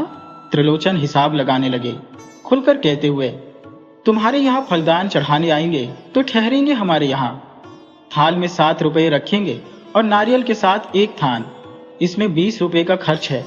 ये तुम्हें फलदान के दिन से 7 रोज पहले दे देना होगा। फिर फलदान चढ़ जाने पर 150 रुपये विवाह के खर्च के लिए उसी दिन देना पड़ेगा, सब हमारी मार्फत। भले आदमी है, नहीं निभा सकते, तुमसे हाथ फैला कर लें तो कैसे? द्वार के 4 से ब्याह भात और बड़ा हार, बरतौनी तक 150, दाल में नमक के बराबर भी नहीं। लेकिन तुम्हें भी तो नहीं उजाड़ सकते, कुल में तुमसे बड़े। बिल्लेसुर ने कहा, कुल में बड़े हैं तो ब्याह फलेगा नहीं। मन्नू वाजपेयी ने रुपये न होने से उतर कर ब्याह किया, लड़की बेवा हो गई। भैया, मुझे तो यही बड़ा डर है कि कहीं। त्रिलोचन का चेहरा उतर गया, बोले, घबराते हो नाहक, जितने बड़े हैं सब बने हुए हैं, असल में बड़े हैं ही नहीं। मन्नी वाजपेयी की लड़की ने अपने पति को मार डाला, कहते हैं उसकी उम्र ज्यादा हो गई थी, मायके में ही वह बिगड़ गई थी। इसीलिए मन्नू ने उसका ब्याह उतर कर दिया था। अपने यार के कहने से उसने पति को जहर खिला दिया। वह कुछ दिन से बीमार था, दवा हो रही थी। कहीं यह भी ऐसा ही मुझ पर करे। बिल्लीसुर शंका की दृष्टि से देखने लगे। कहता तो हो, किसी तरह का खौफ न खाओ, बिचवानी में हो। लड़की में न दागा, न कलंक, न चाल चलन बिगड़ा, न काली कानी लंगड़ी लोली। जब तुम कह रहे हो तो एतबार 16 आने हैं, लेकिन पता बिना जाने 10 रोज पहले आए। नातेदारों से क्या कहूंगा? उनसे यह भी नहीं कहते बनता कि त्रिलोचन भैया जानते हैं, इसीलिए पता पूछता हूं। दूसरी बात, कुंडली बिचरवा लेनी है। लड़की की कुंडली ले आओ, मैं अपने सामने बिचरवाऊंगा। लड़की मंगली निकली तो बेमौत मरना होगा। ब्याह करना है तो आंखें खोलकर करना चाहिए। त्रिलोचन मन से बहुत नाराज हुए। बोले, ऐसी बातें करते हो जैसे बाला के हो। तुम्हारे यहां वे नहीं आए और कभी कोई भला मानस ना आएगा। हम कहते थे कि भद्रा के जैसे मारे इधर उधर घूमते हो, तुम्हारा घर बस जाए, लेकिन तुम आ गए अपनी असलियत पर। मान लो तुम ही मंगली निकले तो कौन बाप अपनी लड़की तुम्हें सौंप देगा? रही बात नातेदारी वाली, सो हम तो इस 16 आने बेवकूफी समझते हैं। बैठे बैठाए 25 रुपए का खर्च सिर पर। हम तो कहते हैं चुपचाप चले चलो, विवाह कर लाओ। लड़की के बाप का नाम मालूम करना चाहते हो तो चले चलो, उनका घर भी देखाओ। लेकिन तुम्हारा जाना शोभित नहीं है, गांव भर तुम दोनों को हंसेंगे। बिल्लीसुर को कुछ विश्वास हुआ, लेकिन रुपये की सोच कर कटे। लड़की के रूप का मोह भी घेरे था। सैकड़ों कलियां चटक रही थी, खुशबू उड़ रही थी, पर त्रिलोचन पर पूरा पूरा विश्वास न हो रहा था। पूछा, यहां से कितनी दूर है? 3-4 कोस होगा। बिल्लीसुर ने सोचा, एक दिन में चले चलेंगे और लौट भी आएंगे। बकरियों को बड़ी तकलीफ ना होगी, पत्ते काट कर डाल जाएंगे।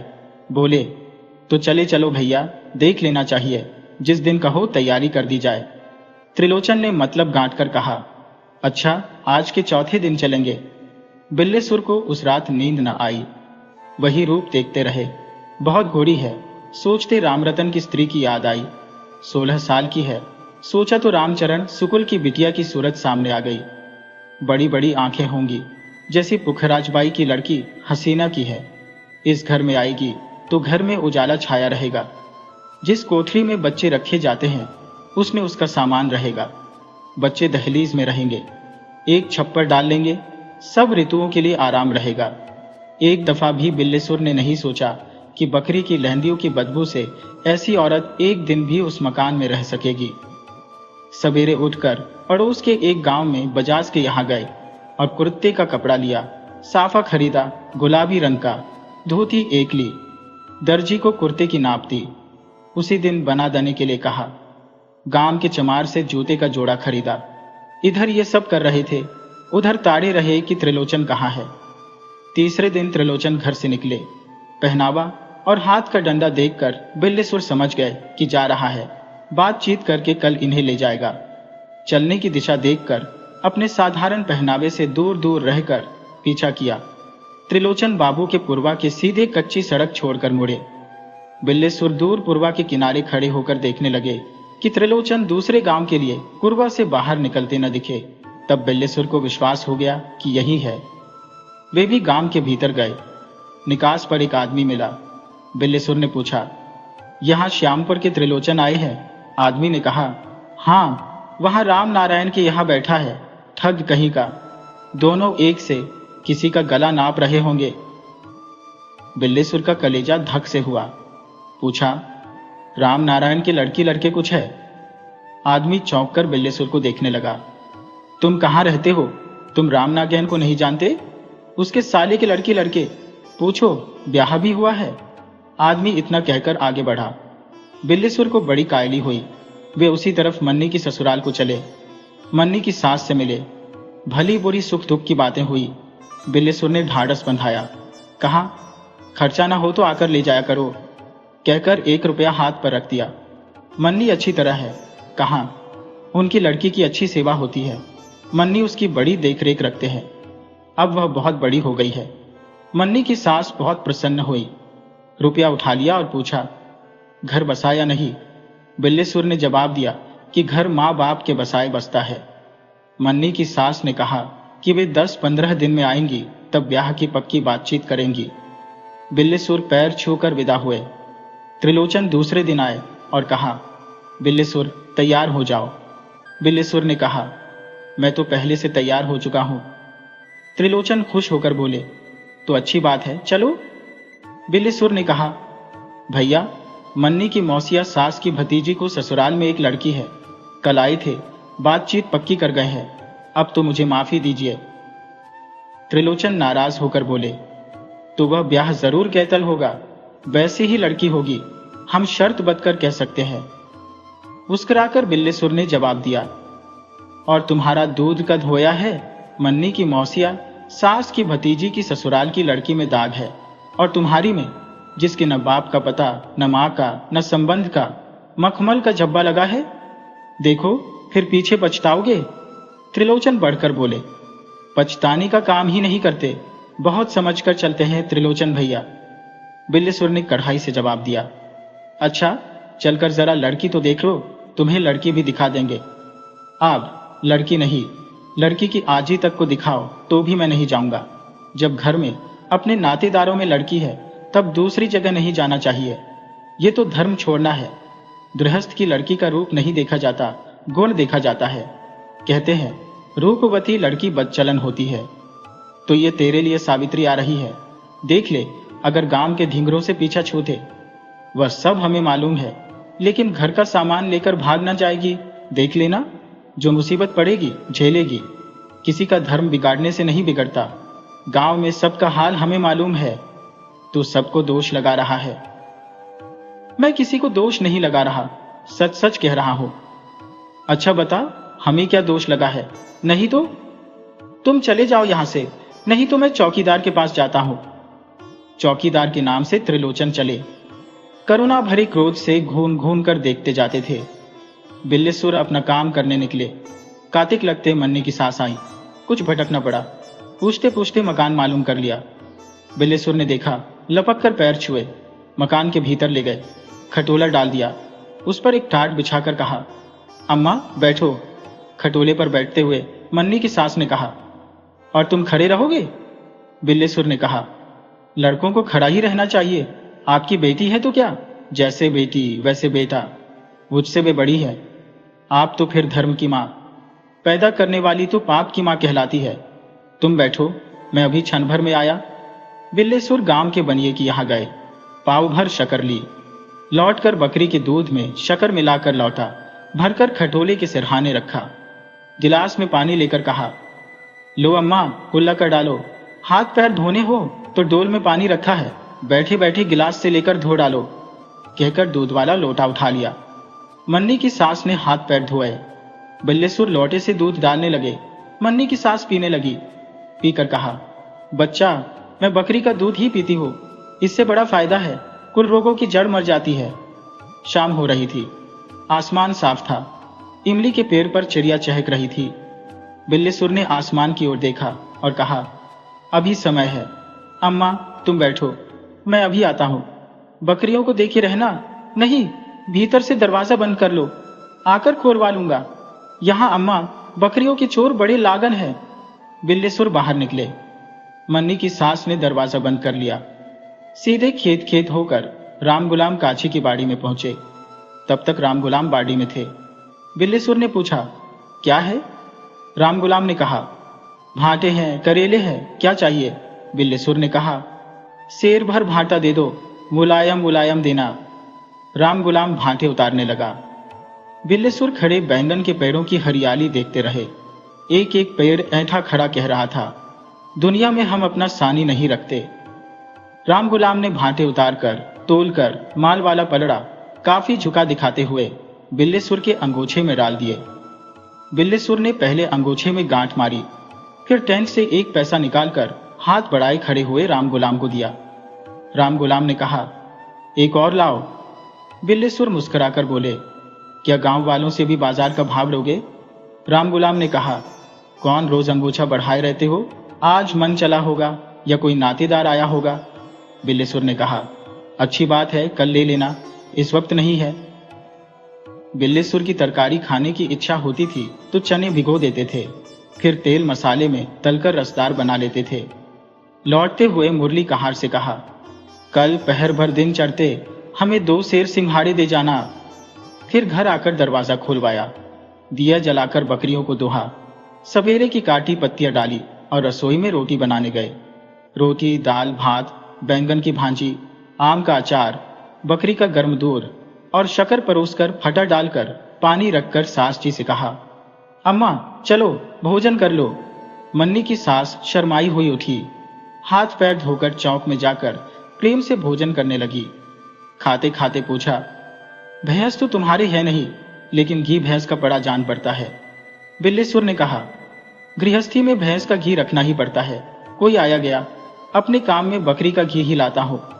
मन्नी की सास ने छक कर भोजन किया, हाथ मुंह धोकर खटोले पर बैठी। बिल्लेश्वर ने इलायची मसाले से निकाल कर दी, फिर स्वयं भोजन करने गए। बहुत दिनों बाद तृप्ति से भोजन करके पड़ोस से एक चारपाई मांग लाए। डालकर खटोले का टाट उठाकर अपनी चारपाई पर डाला और मन्नी की सास के लिए बंगाल से लाई रंगीन दरी बिछा दी। वहीं का गुरुवाइन की पुरानी धोतियों का लपेट कर सिया तकिया लगा दिया। सास जी लेटी आंखें मूंद कर बिल्लेश्वर की बकरियों की बात सोचने लगी। जब बिल्लेश्वर काची के यहाँ गए थे, उन्होंने एक एक बकरी को अच्छी तरह देखा था, गिनकर आश्चर्य प्रकट किया था। इतनी बकरियों और बच्चों से 3 भैंस पालने के इतना मुनाफा हो सकता है, कुछ ज्यादा ही होगा। बिल्लेश्वर धैर्य के प्रतीक थे।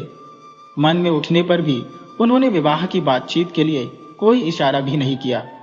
सोचा, आज थकी है, आराम कर लें, कल अपने आप बातचीत छेड़ेंगी, नहीं तो यहां सिर्फ मुंह दिखाने थोड़े ही आई है। बिल्लेश्वर पड़े थे, एकाएक सुना खटाले से सिसकियां आ रही है। सांस रोक कर पड़े सुनते रहे। सिसकियां धीरे धीरे गूंजने लगी, फिर रोने की साफ आवाज उठने लगी। बिल्लेश्वर के देवता कूच कर गए कि खा पी कर यह काम करके रोना कैसा। जी धक से हुआ कि विवाह नहीं लगा, इसकी यह अग्र सूचना है। घबराकर पूछा, क्यों अम्मा, रोती क्यों हो? मन्नी की सास ने रोते हुए कहा, न जाने किस देश में मेरी बिटिया को ले गए, जब से गए एक चिट्ठी भी न दी। बिल्लेश्वर ने समझाया, अम्मा रो नहीं, भाभी बड़े मजे में है। मन्नी भैया उनकी बड़ी सेवा करते हैं। मैं जहां गया था, मन्नी वहां से दूर है। हाल मिलते थे, लोग कहते थे अच्छी नौकरी लग गई है। उनका सारा मन भाभी पर लगा है। अब भाभी उतनी ही बड़ी नहीं है। लोग कहते थे, बिल्लेश्वर अब 2-3 साल में तुम्हारे भतीजा होगा, राम करे सुख से रहें। हमको तो धोखा दे गए बच्चे, हमारे और कौन था। जिस तरह दिन कटते हैं हमारी आत्मा जानती है। कहकर मन्नी की सास ने अघाकर सांस छोड़ी।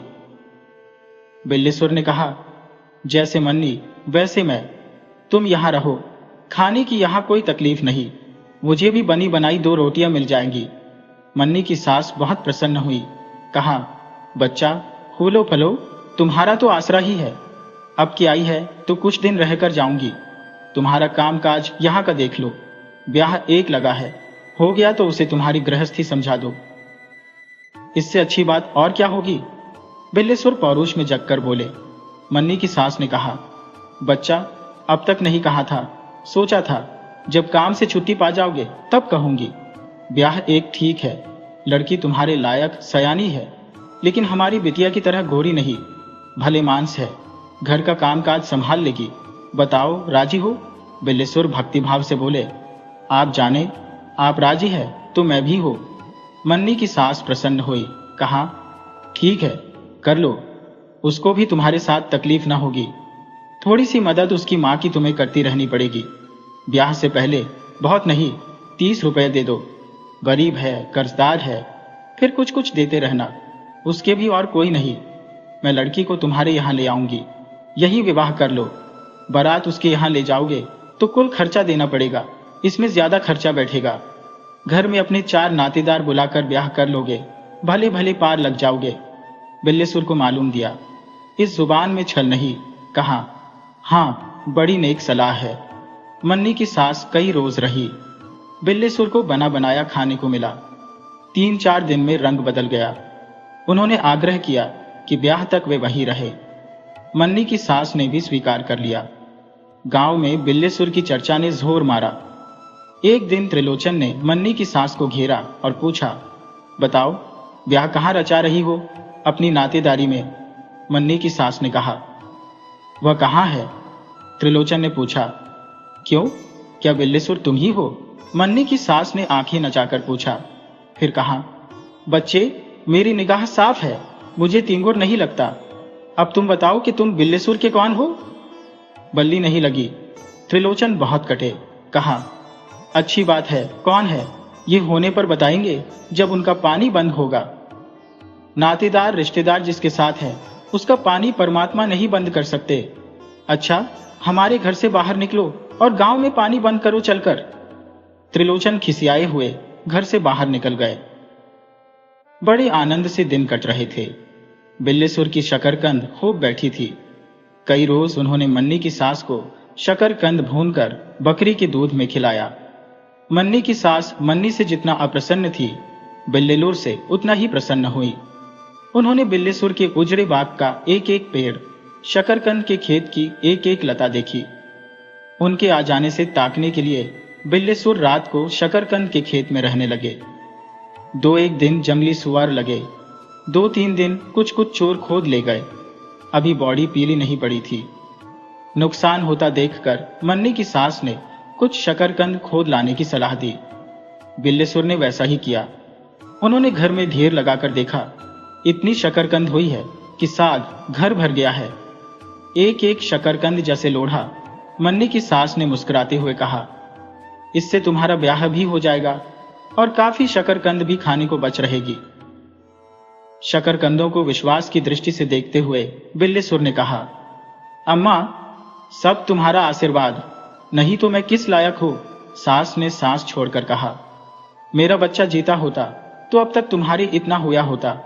खेती किसानी करता, मैं मारी मारी न फिरती। बिल्लेसुर ने उन्हें धीरज दिया। कहा, हम ही तुम्हारे लड़के हैं, तुम कैसे भी चिंता न करो।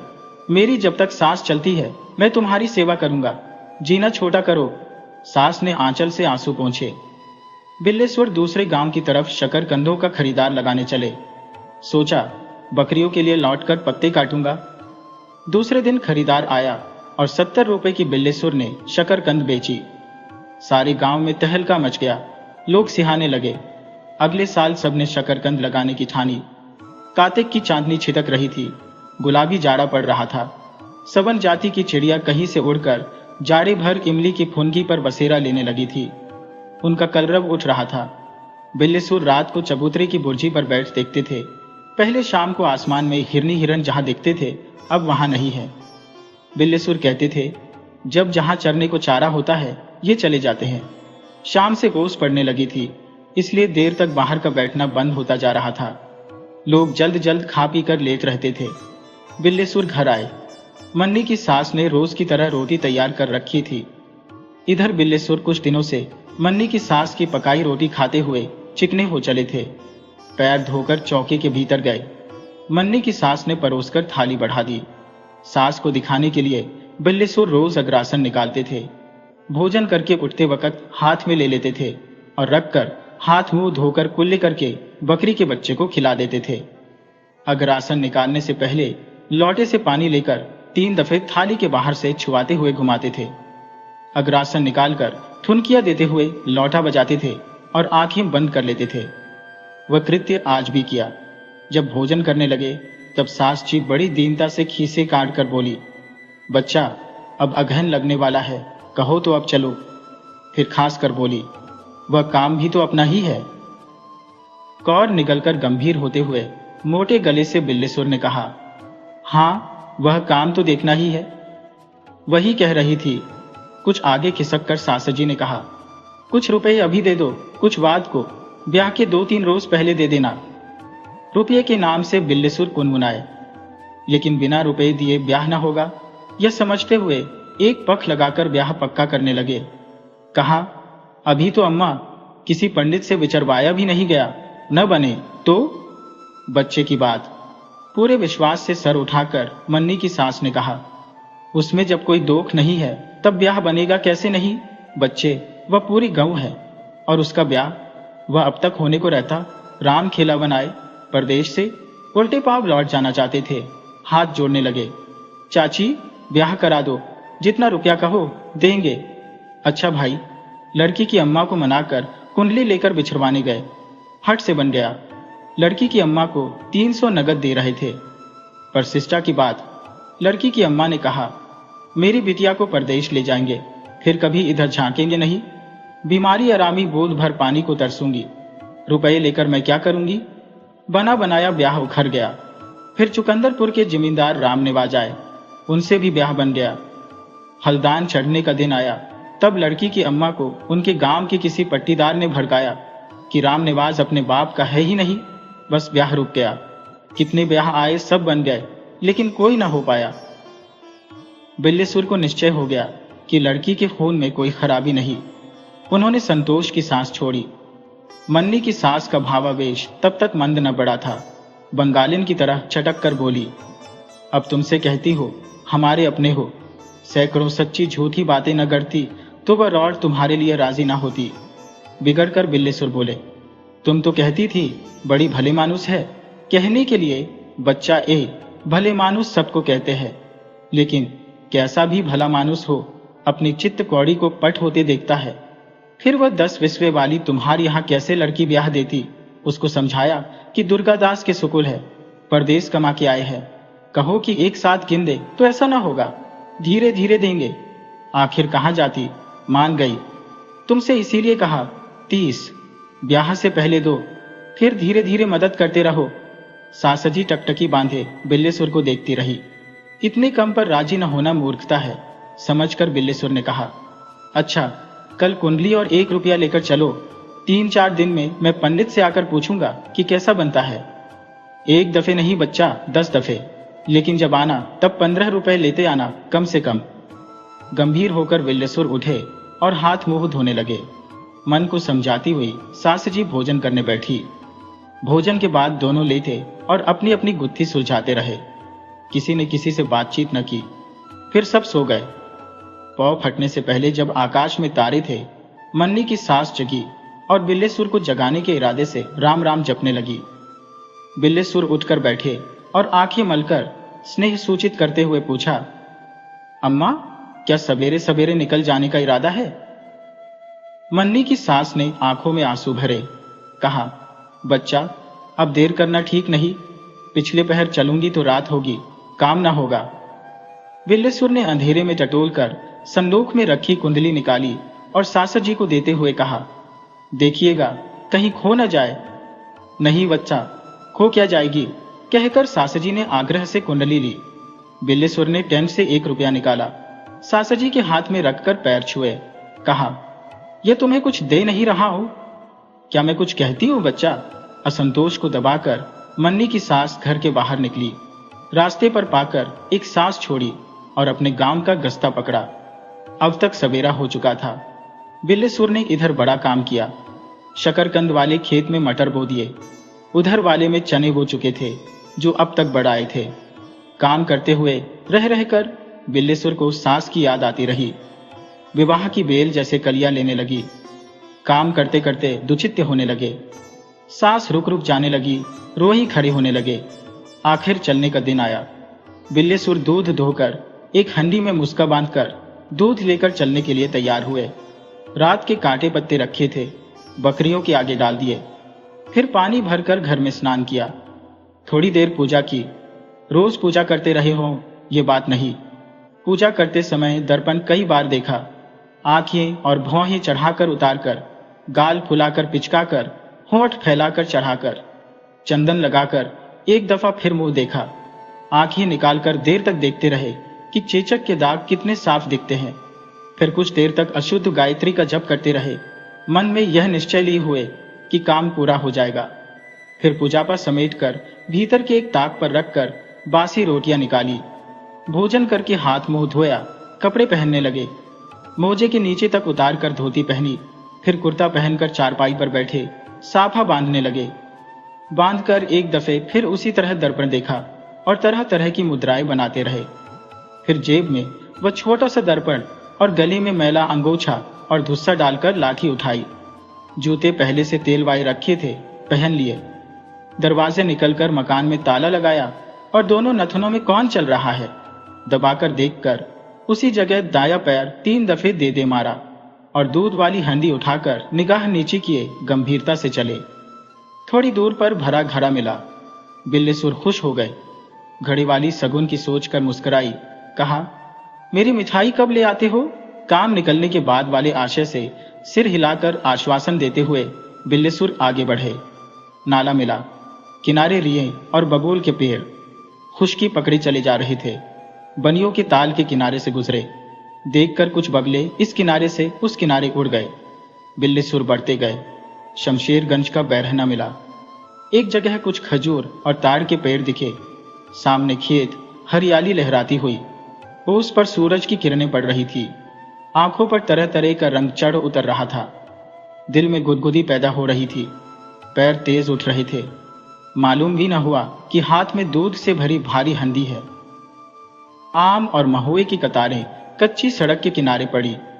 जाड़े की सुहावनी सुनहली धूप छनकर आ रही थी।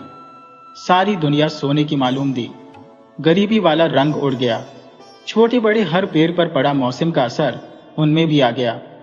अनुकूल हवा से तने पाल की तरह अपने लक्ष्य पर चलते गए। इस व्यवसाय में उन्हें फायदा ही फायदा है, निश्चय बंधा रहा। चारों ओर हरियाली। जितनी दूर निगाह जाती थी, हवा से लहराती तरंगे ही दिखती थी। उनके साथ दिल मिल जाता और उन्हीं की तरह लहराने लगता था। आशा की सफलता जैसे खेत और बगीचों के भीतर से गांव की दीवारें दिखने लगी। बिल्लीसुर उतावली से बढ़ते गए। गलियारे गलियारे गांव के भीतर पहुंचे। कुएं की जगत के किनारे नहाने के लिए बनी पक्की चौकी पर बैठे एक वृद्ध सूर्य की ओर मुंह किए कांपते हुए माला जप रहे थे। कुछ आगे बढ़ने पर बड़ियों का मकान मिला। गाड़ी के पहिए बनने की ठक ठक दूर तक गूंज रही थी। कुछ और आगे दर्जी की दुकान मिली। वहां बहुत से लोग इकट्ठे दिखे। तरह तरह के रंगीन कपड़े सिलने को आए, फैले हुए। दर्जी सिर गड़ाए तत्परता से मशीन चलाता हुआ। एक लड़का चौपाल की दूसरी तरफ बैठा भारी रजाई में टांके लगाता हुआ। दो आदमी नए कपड़े काटते और मशीन पर चढ़ाने के लिए टांकते हुए। लोग गौर से रंगों की बहार देखते, लाठी के सहारे खड़े गप लड़ाते, तंबाकू थूकते हुए। बिल्लीसुर तदगतेन मनसा सासजी के मकान की ओर बढ़े चले गए। एक कोलिया के भीतर सास जी का अधगिरा मकान था। दरवाजे खुले थे। आवाज देते हुए भीतर चले गए। सासजी इंतजार कर रही थी। देखकर मुस्कुराती हुई उठी। नजर हंडी पर थी। बिल्लीसुर ने गर्व से हंडी रख दी और सास जी के पैर छुए। सासजी ने कुशल पूछी, जैसे एक मुद्दत के बाद मुलाकात हुई हो। फिर बिछी चारपाई पर ले चलकर बैठाया और गौर से बिल्लीसुर की ब्याह वाली उतावली की आंख देखती रही। कुछ देर तक बिल्लीसुर बैठे गंभीर होते रहे। फिर आवाज में भारीपन लाकर भल गृहस्थ की तरह पूछा, ब्याह बिचरवा तो लिया गया होगा? सासजी के समंदर पर जैसे तूफान आ गया। उद्वेल होकर तारीफ करने लगी। किस तरह पंडित के यहां गई? पंडित ने विचारा, आंखें चढ़ाकर कहा, साक्षात लक्ष्मी है, घर पर पैर रखते ही घर भर देगी। विवाह बहुत बनता है। लड़की वैश्य वर्ण है और देवगण। बिल्लीसुर से कोई बैर नहीं पड़ता।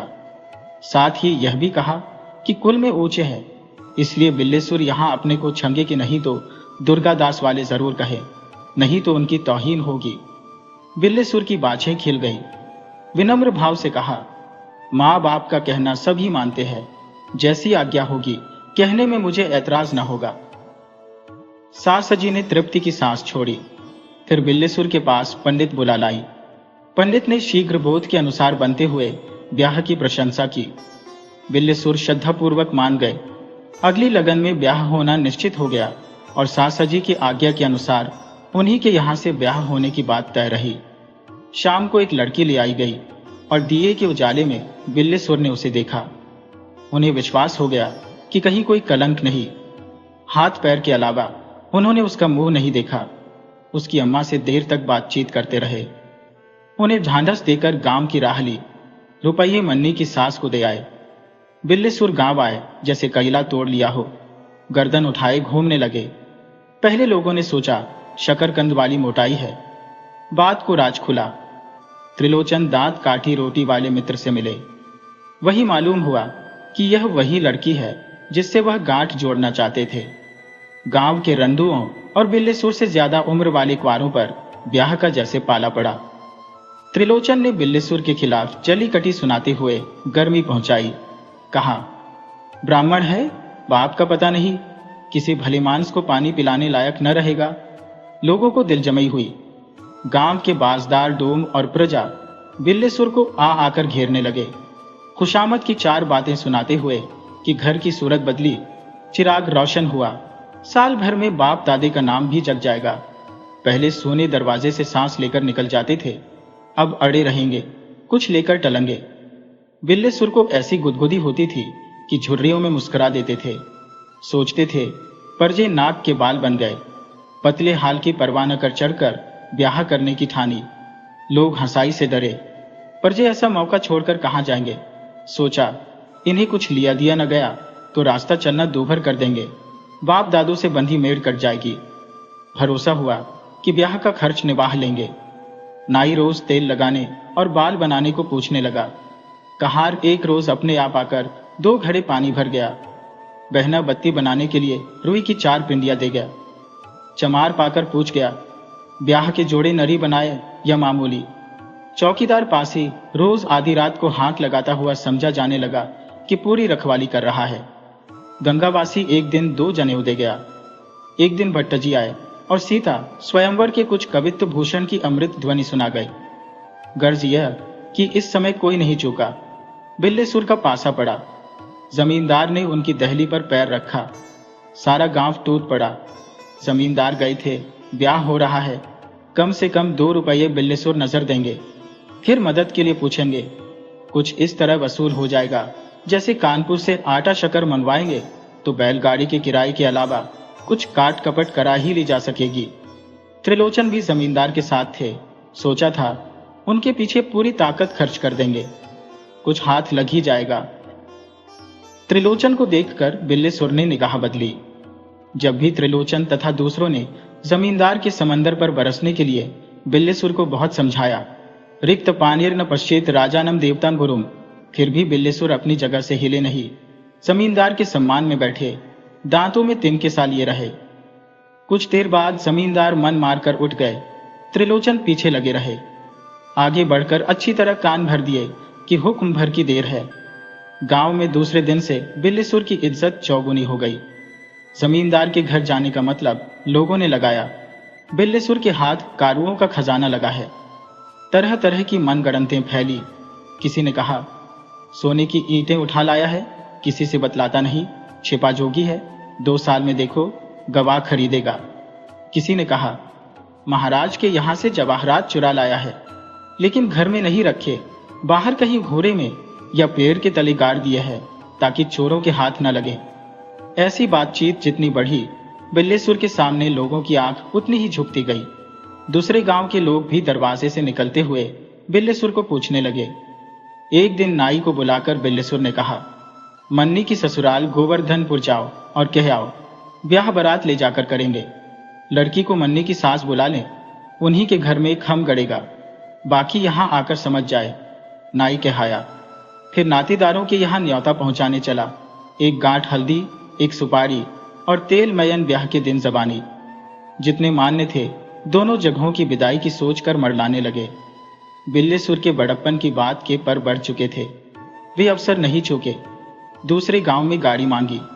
व्यवहार रखे रहने के लिए मालिक ने गाड़ी दे दी। बिल्लेसुर चक्की से गोहो पिसा लाए। गांव की निटल्ली बेवाओं से दाल दरा ली। मलखान तेली को कापुर से शक्कर ले पाने के लिए कहा।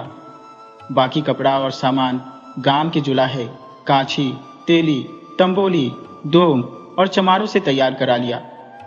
घर के लिए चिंता थी कि बकरियों में नातीदारों की गुजर न होगी, वह भी दूर हो गई। सामने रहने वाली चौधरी की बेवा ने एक कोठरी अपने लिए रखकर बाकी घर छोड़ देने का पूरी उत्सुकता से वचन दिया। बिल्लेसुर की खुली किस्मत से उन्होंने भी शिरकत की। नातीदार आने लगे।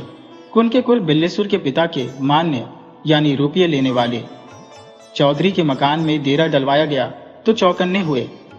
बकरियों का हाल मालूम कर खींचे, फिर अलग रहने के कारण से खुश होकर बाहर ही बाहर बरतौनी और विदाई लेकर कट जाने की सोचकर बाजी सी मार बैठे। अपने लिए ब्याह के कुल गहने कंठा, मोहनमाला, बजुल्ला, पहुंची, अंगूठी बिल्लेसुर मगनी मांग लाए। मुरली महाजन को देने में कोई ऐतराज नहीं हुआ। वह भी बिल्लीसुर का महात्म्य सुन चुका था। चढ़ाव का कुल जेवर बिल्लीसुर ने चोरों से खरीदा रुपये में नकद 2 आने कीमत चुकाकर, फिर साफ कराकर पटवे से गुहा लिए, कड़े छड़े पायजेबें रहने दी। तेल के दिन दोमों के विकट वाद्य से गांव गूंज उठा। बिल्लीसुर के अदृश्य वैभव का सब पर प्रभाव पड़ा। पड़ोस के जमींदार ठाकुर तहसील से लौटते हुए दरवाजे से निकले। बिल्लीसुर को देखकर प्रणाम किया।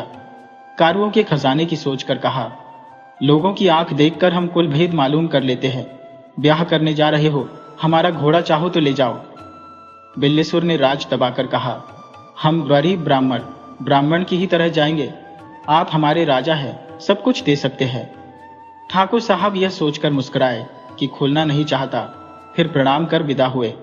मातृ पूजन के दूसरे दिन बारात चली। कुआं पूजा गया। दूध बिल्लीसुर की एक चाची ने पिलाया। पैर लटकाए देर तक कुएं की जगत पर अड्डी बैठी रही। पूछने पर कहा, सोने की एक ईंट लेंगे? बिल्लीसुर समझकर मुस्कुराए। गांव वालों ने कहा, बुरा नहीं कहा, आखिर और किस दिन के लिए जोड़कर रखा गई है। बिल्लीसुर ने कहा, चाची यहां तो निहत्था हो, पैर निकालो, लौटकर तुम्हें ईंट ही दूंगा। चाची खुश हो गई। गांव वालों के मुंह पर हवाइयां उड़ने लगी।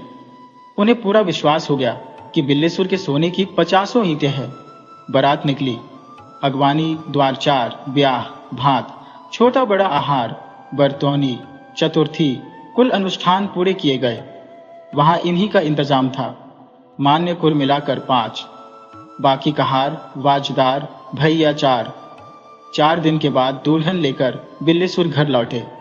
फिर अपने धनी होने का राज जीते जी न खुलने दिया।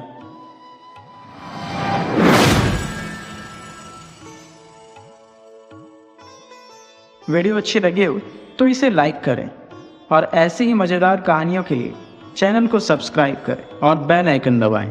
ज़्यादा से ज़्यादा अपने दोस्तों को शेयर करें। धन्यवाद।